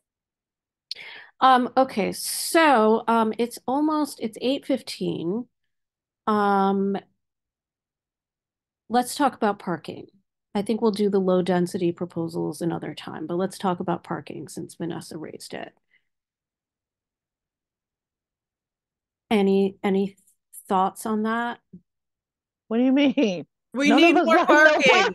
Exactly. Those are the thoughts. We need more, not less parking. Yes. So what they're saying though is we're not going to stop developers from building parking. We're just going to leave it up to the market. If they feel that it's profitable and they feel that their residents want this, then they'll build parking. But we won't mandate it because there are cases where the parking lots are not full and they'd rather use the space for something else. And it makes affordable housing more expensive. And by the way, you know that already under the existing rules, if you have MIH housing or if you have housing under certain like affordable and supportive programs, you don't have to do parking. That parking requirement is removed. I mean, that's basically like saying people don't want big bedrooms, so we're just going to make small bedrooms. Like they're going to rent that too. Anyway. That too. They're also proposing to change the dwelling unit factor, which is one way of saying that we can have a larger number of small apartments like studios. So to speak to an area in which yeah, parking is necessary. Like we already have a parking issue where we're at, right? So it's different homes.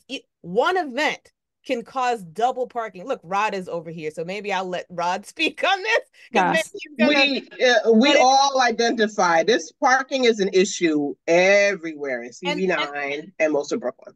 And the thing is, I really want to highlight, like, I know some people don't like this point, but not everywhere has easy access to trains. I walk 10 minutes and I walk fast, right? And, you know, in the ice, it is a little frustrating. It could take 20 minutes easy. So some of us don't even have that level of access. So they're making these decisions based on thinking Manhattan or thinking in some of these dense areas with lots of trains. Some of us, I'm at least privileged to be able to get to some parts of Brooklyn, Canarsie or further out, don't even really have, like, some parts do, but it's not it shouldn't be a choice in that matter. There should be something. I'm done. Thank you.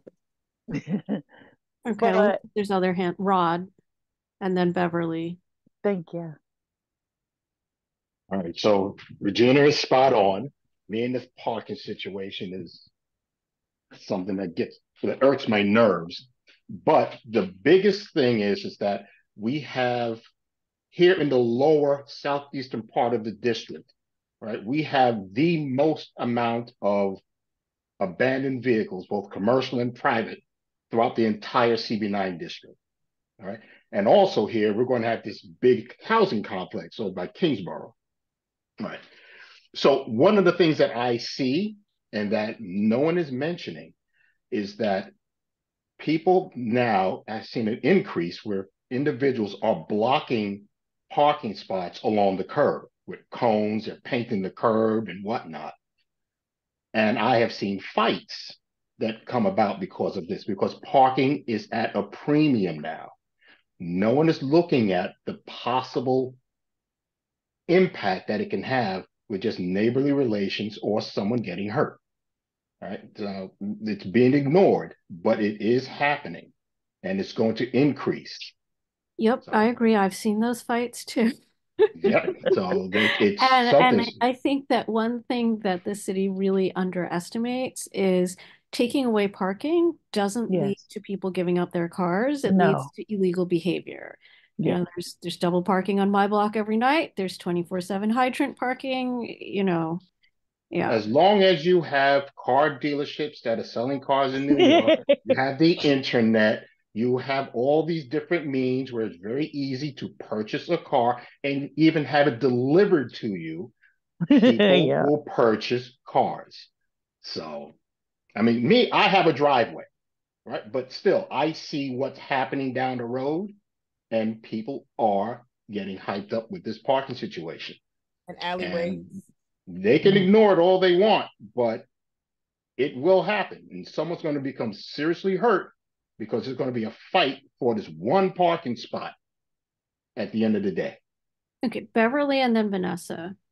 So, but also too, and I want to say this, where I live, we are near, just so we can keep everybody in perspective, we're near the 2 to 3, the 4 to 5, the Franklin Avenue shuttle, Prospect, the D to D. We have plenty of trains, but this is the thing.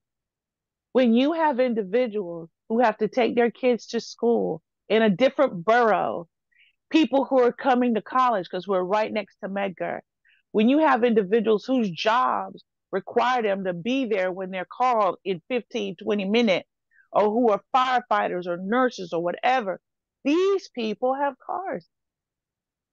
I don't care if there's a train running through our backyard.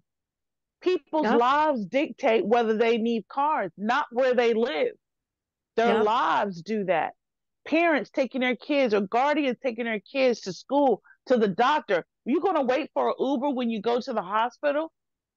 A lot of people, their lives dictate whether they need cars. And when someone said during de Blasio's era, if you need affordable housing, you don't have a car, who the hell said that? Yep. People have jobs that require them. Their lives dictate that. Yep. And a lot of us, you know, might work in a different borough other than Manhattan. You know, I have neighbors who work in Staten Island. I have neighbors who work in Queens. Long Island. Yeah, neighbors work in Exactly. Long Island and they're getting there by car. And I think that should be included because saying affordable housing, truly affordable housing, don't require cars. Those people, nurses, firefighters, emergency care, all those moms, parents taking their kids to school, our life decides whether we need cars. Nothing else. Regina? I just want to add to that point. I think that's an excellent point because from just a workforce perspective, that's something we should all take away in our conversations in the future. It's just that there's several factors on why cars are necessary. I think a lot of times when I speak about it to folks, because sometimes it's that bubble, right? They're thinking from where they live and where it's close to the train station and why would someone need it or whatever have you. But lots of my family are actually longtime New Yorkers, been having cars, and they travel because especially at odd times, so early in the hours, even from a safety perspective, you generally would drive, they would drive to work. So there's just so many elderly taking our elderly parents and all this stuff. So there's so many reasons why it should be considered, but definitely the work portion is a great point. So I'm going to play devil's advocate because John Craver's not here. Um, it costs, according to the mayor and according to John, it costs $67,000 to put in a parking spot. And the idea is that if there's demand for these parking spots, like all of you are saying, we need parking, we want parking, people should pay for it and they'll be willing to pay for it. But if, a developer has a parking lot that's half empty, or if they think that their tenants aren't going to want parking because it's a few blocks from the train, then they shouldn't have to put in parking. Why should they have to put in parking? Right? Shouldn't it just be based on whether people are willing to pay for this? But you do pay for parking when you move into a building with parking. You do pay for it. It's not included in your rent. It's separate. But why shouldn't But it's not we as allow the much. You developer won't to get make as a much decision? for a parking spot. Like you'll probably get a few $100 a month versus a studio apartment. You could get whatever they charge for a studio now. But I'm curious, like, is there a way for us to find out like how many apartments are actually empty and how many parking spaces are actually empty? Because I'm willing to bet that the parking spaces are full and the apartments are empty. Yeah. And can I just add So to this parking situation? So if you build up, you increase the density, you're taking away street parking. This is why parking has come up as a concern. So that's the thing. If the increased density is going to take away the already there parking that is already limited, because also city bikes are in the spaces as well. But that's a point. So it's not just about it's the impact on the current residents is a concern. Nicola? Just to piggyback on the comments that we're making, I know they keep throwing these statistics and the cost of a studio apartment versus this additional parking. They're not they're not adding apartments into the sub basement of the building. Not like they're going to put apartments in these places. That's what I don't understand when they come up with this logic. What are you talking about? What are you talking? And to think that if the developer saves money by not putting in parking, that means they're going to put more affordable housing. No, it doesn't. No, and we all know we've played this game for years now.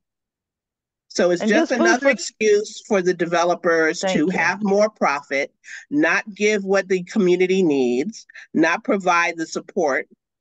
It doesn't make any sense to me. And I know to me, City of Yes continues to be the developer's wish list and it's doing nothing for the community.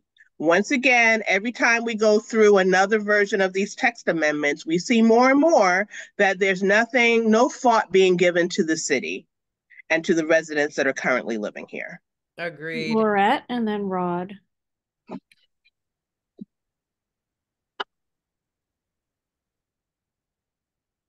Laurette? Yes. Oh, I'm sorry. Hi. just to add to the parking situation, not all homes have a backyard or a driveway where you could park your car. So they're forced to park outside. And also with the situation of using public transportation, I think one person already commented on like taking the train and also the bus, which is also important because sometimes you have to, depending on where you live, you have to use the bus to get to the train. So it's like a two-fare thing that you're doing. And so even over there by downstate, I know you said you didn't want to comment on that, but even when, all this is, they want to take it down, that B12 in that area where that bus is, I just feel that they're going to relocate it or whatever. It's going to be a big disaster. And with all the homes coming up, it's going to be overcrowded. It doesn't run that smoothly. So I see a lot more people being late for work and a lot more things happening. So transportation all around by train, by car, by bus is a major thing. But right now, yes, if you have a car, and especially if you invest in something nice, you want to have it where you come out and it's, safe. You want to park it, you want to have that option.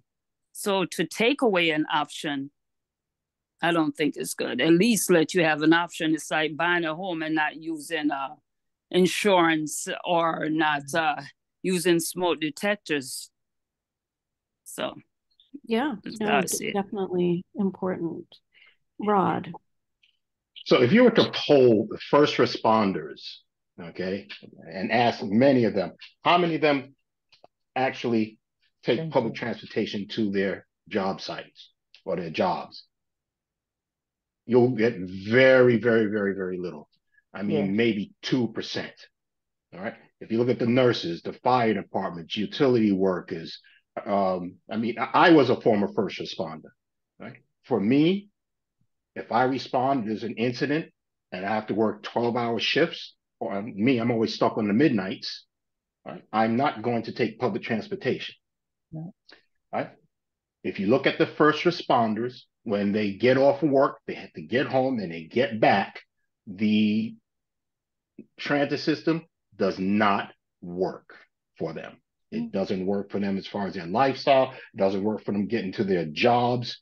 And it will be the city will see an impact. And what are you going to see? All sorts of cars parked all over the sidewalks, blocking pedestrian ways. Right? And it's happening. So just hold the first responders. I agree. Vanessa. We could go through all the different people who need a car to live, business owners, parents, whatever. I think one of the rude things that they said at the meeting was like, well, if you're close to a subway, then you shouldn't need a car anyway. That seemed to be like the vibe. And even if you're close to a subway, you might also need a car. Like, it's not for them to say just because you're close to a subway, you don't need to go somewhere that maybe isn't close to a subway or whatever. Live your life. I heard that brought up a couple times at that meeting. Yeah, that does seem kind of, arrogant. But I actually wanted to go back to something that you said before, which is how do we know if apartments are vacant and if parking spaces are empty? And so for apartments, the vacancy rates do get reported, and they get reported in two places. Every, I think, 2 or 3 years. Esteban, I don't know if it's 2 years or 3 years. Is he still with us? HPD does what they call a housing and vacancy survey. So they report the official vacancy rate, and they also report something that they call shadow vacancy. Shadow vacancy is apartments that are empty most of the year and they're not on the market, or they're not occupied, but they're also not on the market, not being offered for sale or for rent. warehousing. Official vacancy is apartments that are on the market being offered for sale or for rent and are not yet occupied. So those are two numbers. And the last survey that was done was in 2021. And that showed shadow vacancy of over 300,000 apartments, I think, and an official vacancy rate of 4.5%, which I think the city currently, they said the city had 3.6 million housing units at that point. So that would be, I guess,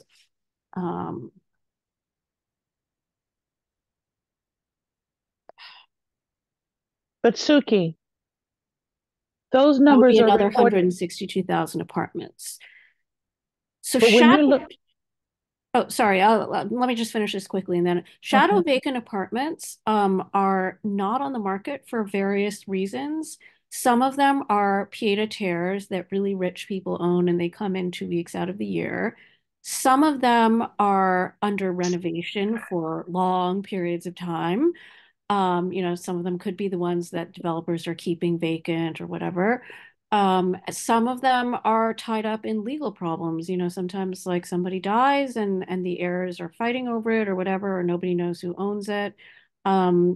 And some of them we just really honestly don't know why they're vacant, and there's no reason that gets reported. Okay, I'm done. So over 400,000 units in 2021. You're saying the 300,000 plus 162,000. So yeah. I invite everyone looking at those numbers to, one, consider who's reporting them to the HPD.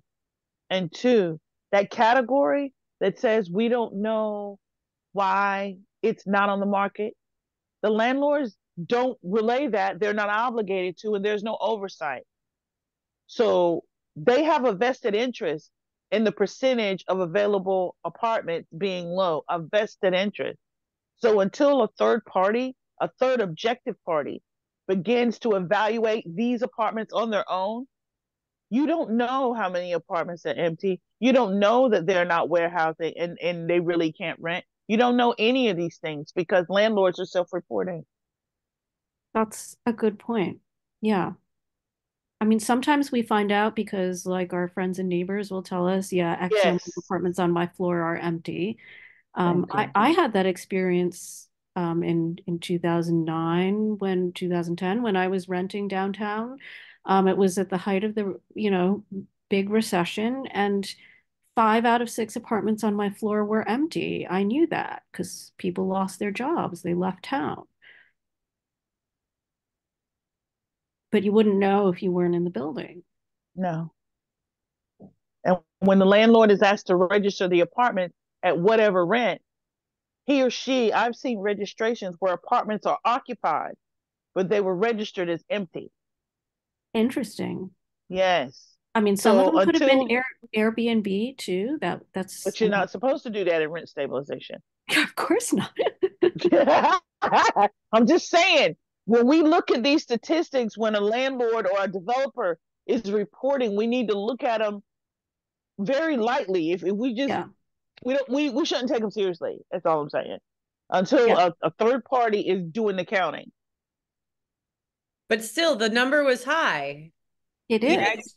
Yeah, it's a high number. It seems like a lot of empty apartments. It is a high number. And so I was actually coming to a second measure that we can look at, which is the census. I guess the census, they send out a survey, right, every 10 years and see who gets back. And it's only a sample, I suppose, of everybody, or maybe they don't get everybody, but maybe they get enough responses that they can kind of like guess about the ones that they don't get back. And then in between every 10 years, there's something called the American Community Survey. And the census itself also releases updates based on other types of information like postal address changes and things like that about where people moved. So you can track what's happening year to year. and I know we've discussed this before, so forgive me if you've heard it.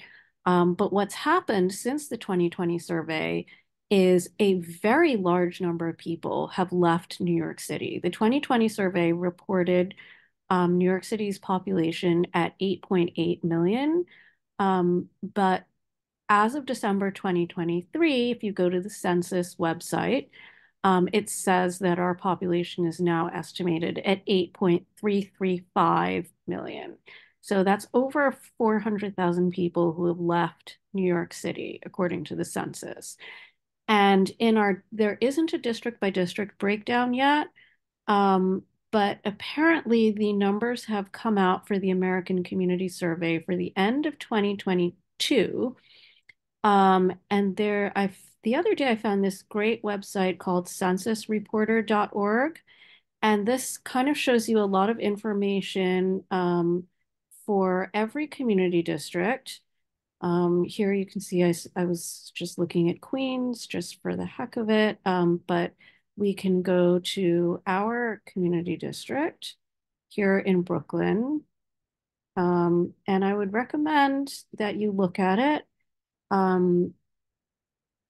For land use reasons, it's just taking a while to change. But it has tons of information that I think is really interesting for a lot of different reasons. It has median income, median age, kind of the distribution of incomes, poverty, percentage of people in poverty, median time to work,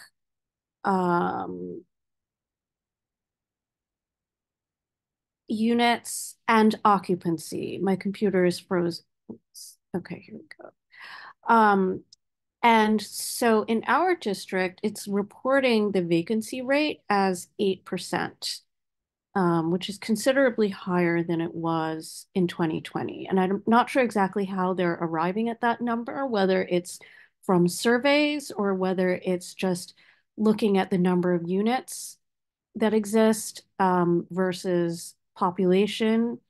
Our population is down to 94,000, according to this American Community Survey, which is below where we were in 2010 and below where we were in 2000. And that was, surprising to me, but once again, kind of begs the question, what do we need to do in terms of building more housing? Because we have fewer people than we did 10 years ago, but we have 3,500 more housing units and thousands more in the pipeline, So here we go. Nobody's talking about the issue with affordable housing not being affordable, and we're just talking about building more stuff, more housing. That's not going to be affordable for our district, at least. Right. I mean, that's not even the conversation. That's what's being happening. It's just like super frustrating. We all know what the answers are. Okay, so yeah, so you can see here, population 94,000, median age 34.4. We have a lot of children, apparently, compared with some, and I would encourage you to, take a look at our district, take a look at some other districts in Brooklyn just to get a comparative, a sense of like what these numbers mean. You can see racial demographics. Okay, median income is 77,000. Persons below the poverty line, 16.6%. Persons per household, 2.3. Occupied versus vacant here.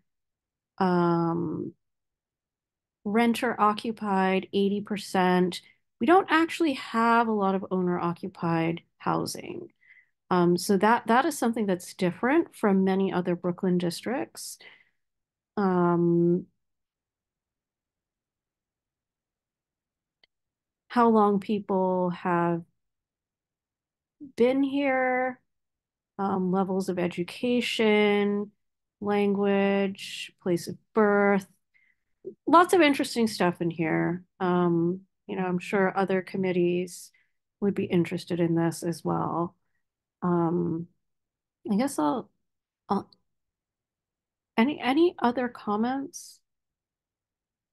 I mean, I would just add, based on that chart, the owner occupied, I mean, we would be subject to that number going even lower if City of Yes, goes away. Because a lot of these homes are single family, two family, for the most part, a majority of them, down here where we are, where you guys might be, it's a lot more dense and more apartment buildings, larger apartment buildings. So for sure, the number could absolutely go down if they were to take away some of the houses to do other things. Yeah. Yeah, I think it would have an enormous impact. And we didn't get to talk about it yet, but we'll talk about it next time. There is another set of proposals that is for low density districts. Um, and for some of the low density districts, it's quite impactful. Um, in the R5 and R4 and R5 zoning districts, the increases are not big, but in the R2 and R1 districts, they're very big. So some of these extremely low density districts could see major increases. You could see the population of a neighborhood doubling. Um,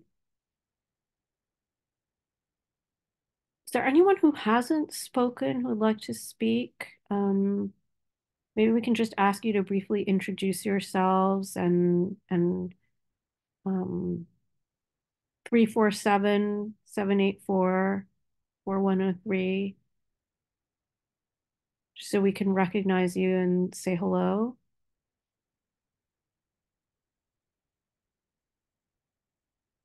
No, Yuri. Hey, how's it going? Hi, Yuri. How are you? I'm Want to good, thanks. How are you? tell us a little bit about yourself and what your interest is in City of Yes? Oh, sure. Hi, I'm Ori. I just moved to the neighborhood. I'm interested in applying for the community board. So I was told it would be good to, yeah, come to some meetings and to see how things go. Excellent. So yeah, I don't have anything deep to say, but it's been really interesting to hear, hear everything you Okay, guys have been saying. great. Nice to meet you. Nice to meet you too. Okay, so before we wrap up, and if people want to go at this point, it's okay. Um, but I'm hearing a lot of concerns about City of Yes. So let's try to come up with an action item for takeaway. What do we want to do?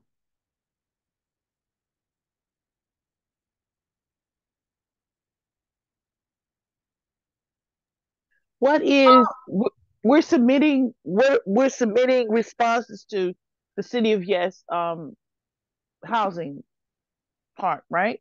Yes. So what are we going to include? And maybe that's where we should start.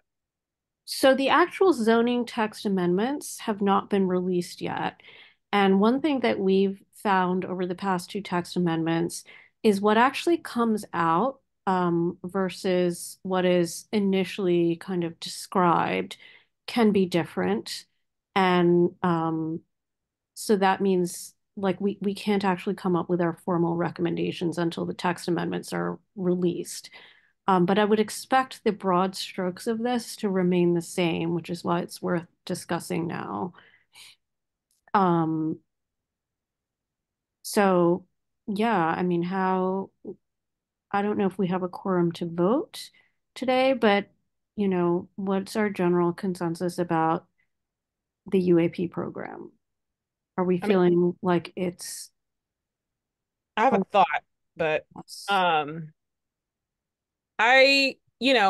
based on what we've seen thus far in the ignoring of residents' concerns, I'm wondering, like, what are the opportunities to really talk, like, I don't want to say unite, but really, yeah, for lack of better words right now, talk to other community boards who also are like very concerned. Like you said, some people didn't actually write definition or comments back. Maybe they're just like no or whatever have you, but like how can we leverage collective power to really like highlight a lot of these great concerns that we've had for so many weeks and just tonight alone, but leverage that so, you know, to really partner so we can actually, I guess, yeah, leverage numbers, play the numbers game with them. That's a really good point. You know, certainly we can go to other community boards meetings. They're generally all announced publicly. What I'm saying as like a community board, and I guess the way we did it, with you know, you led it, but how we wrote up like the last proposal, right? We went line by line and we actually really just talked through stuff. So just even if it's just like, hey, this is what we did, you know, please, you know, do the same or whatever. I think maybe that maybe lack of direction, because you took it and you ran with it and you like really kind of set a great stage for us to get organized and give feedback.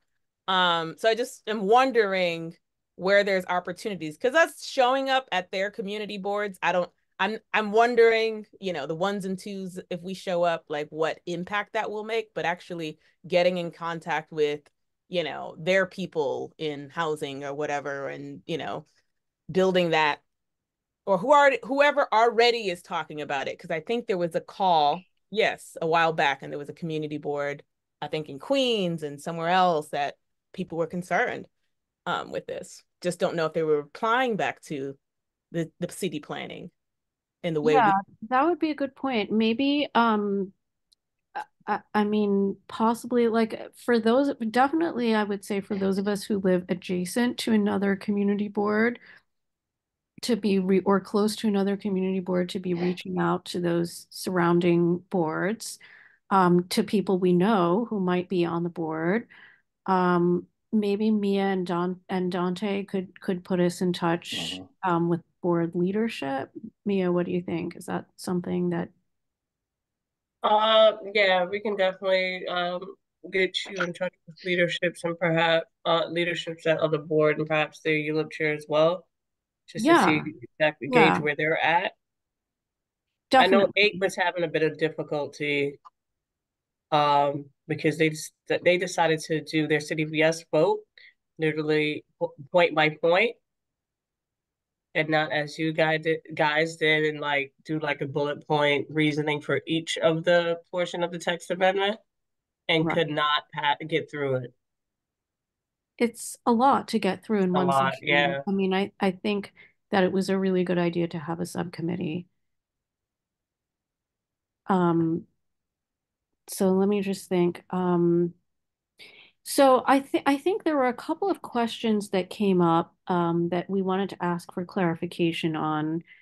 I think the first question was like, what happens if someone is doing an addition, not a whole new building?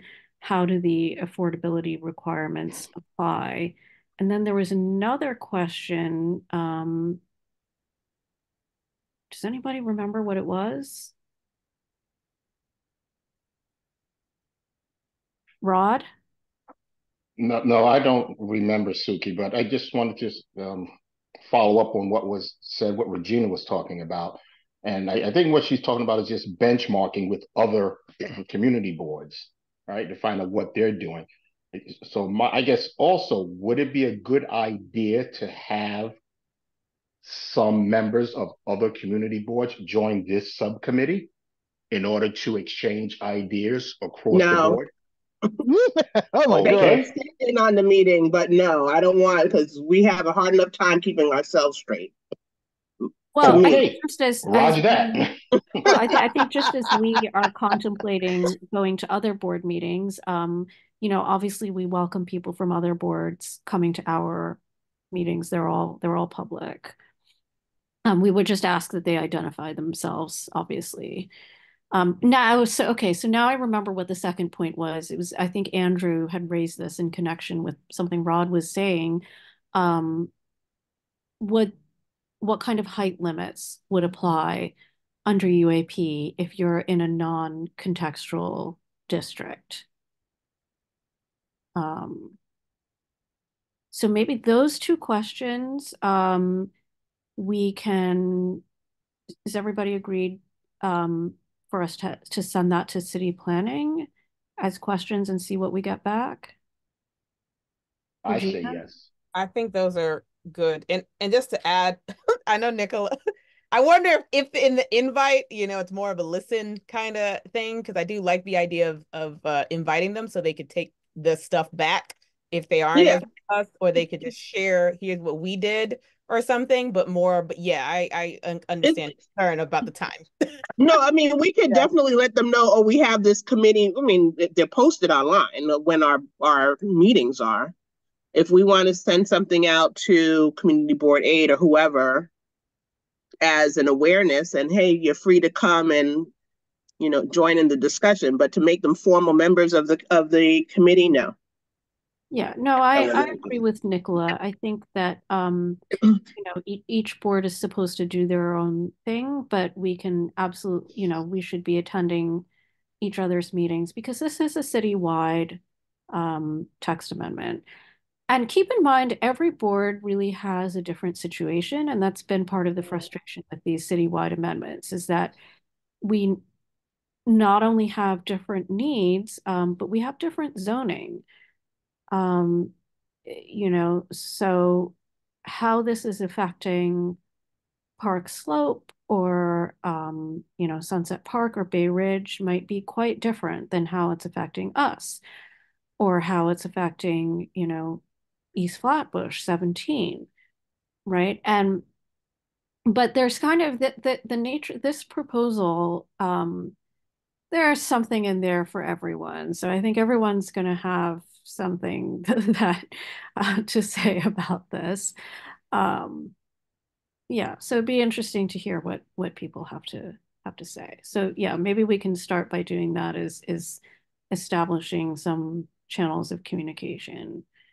So yeah, I'll informally, I think you guys should reach out to people that you know on other boards, and I'll wait for Mia to put me in touch with some of the neighboring boards if they know. Okay. Anything else before we adjourn?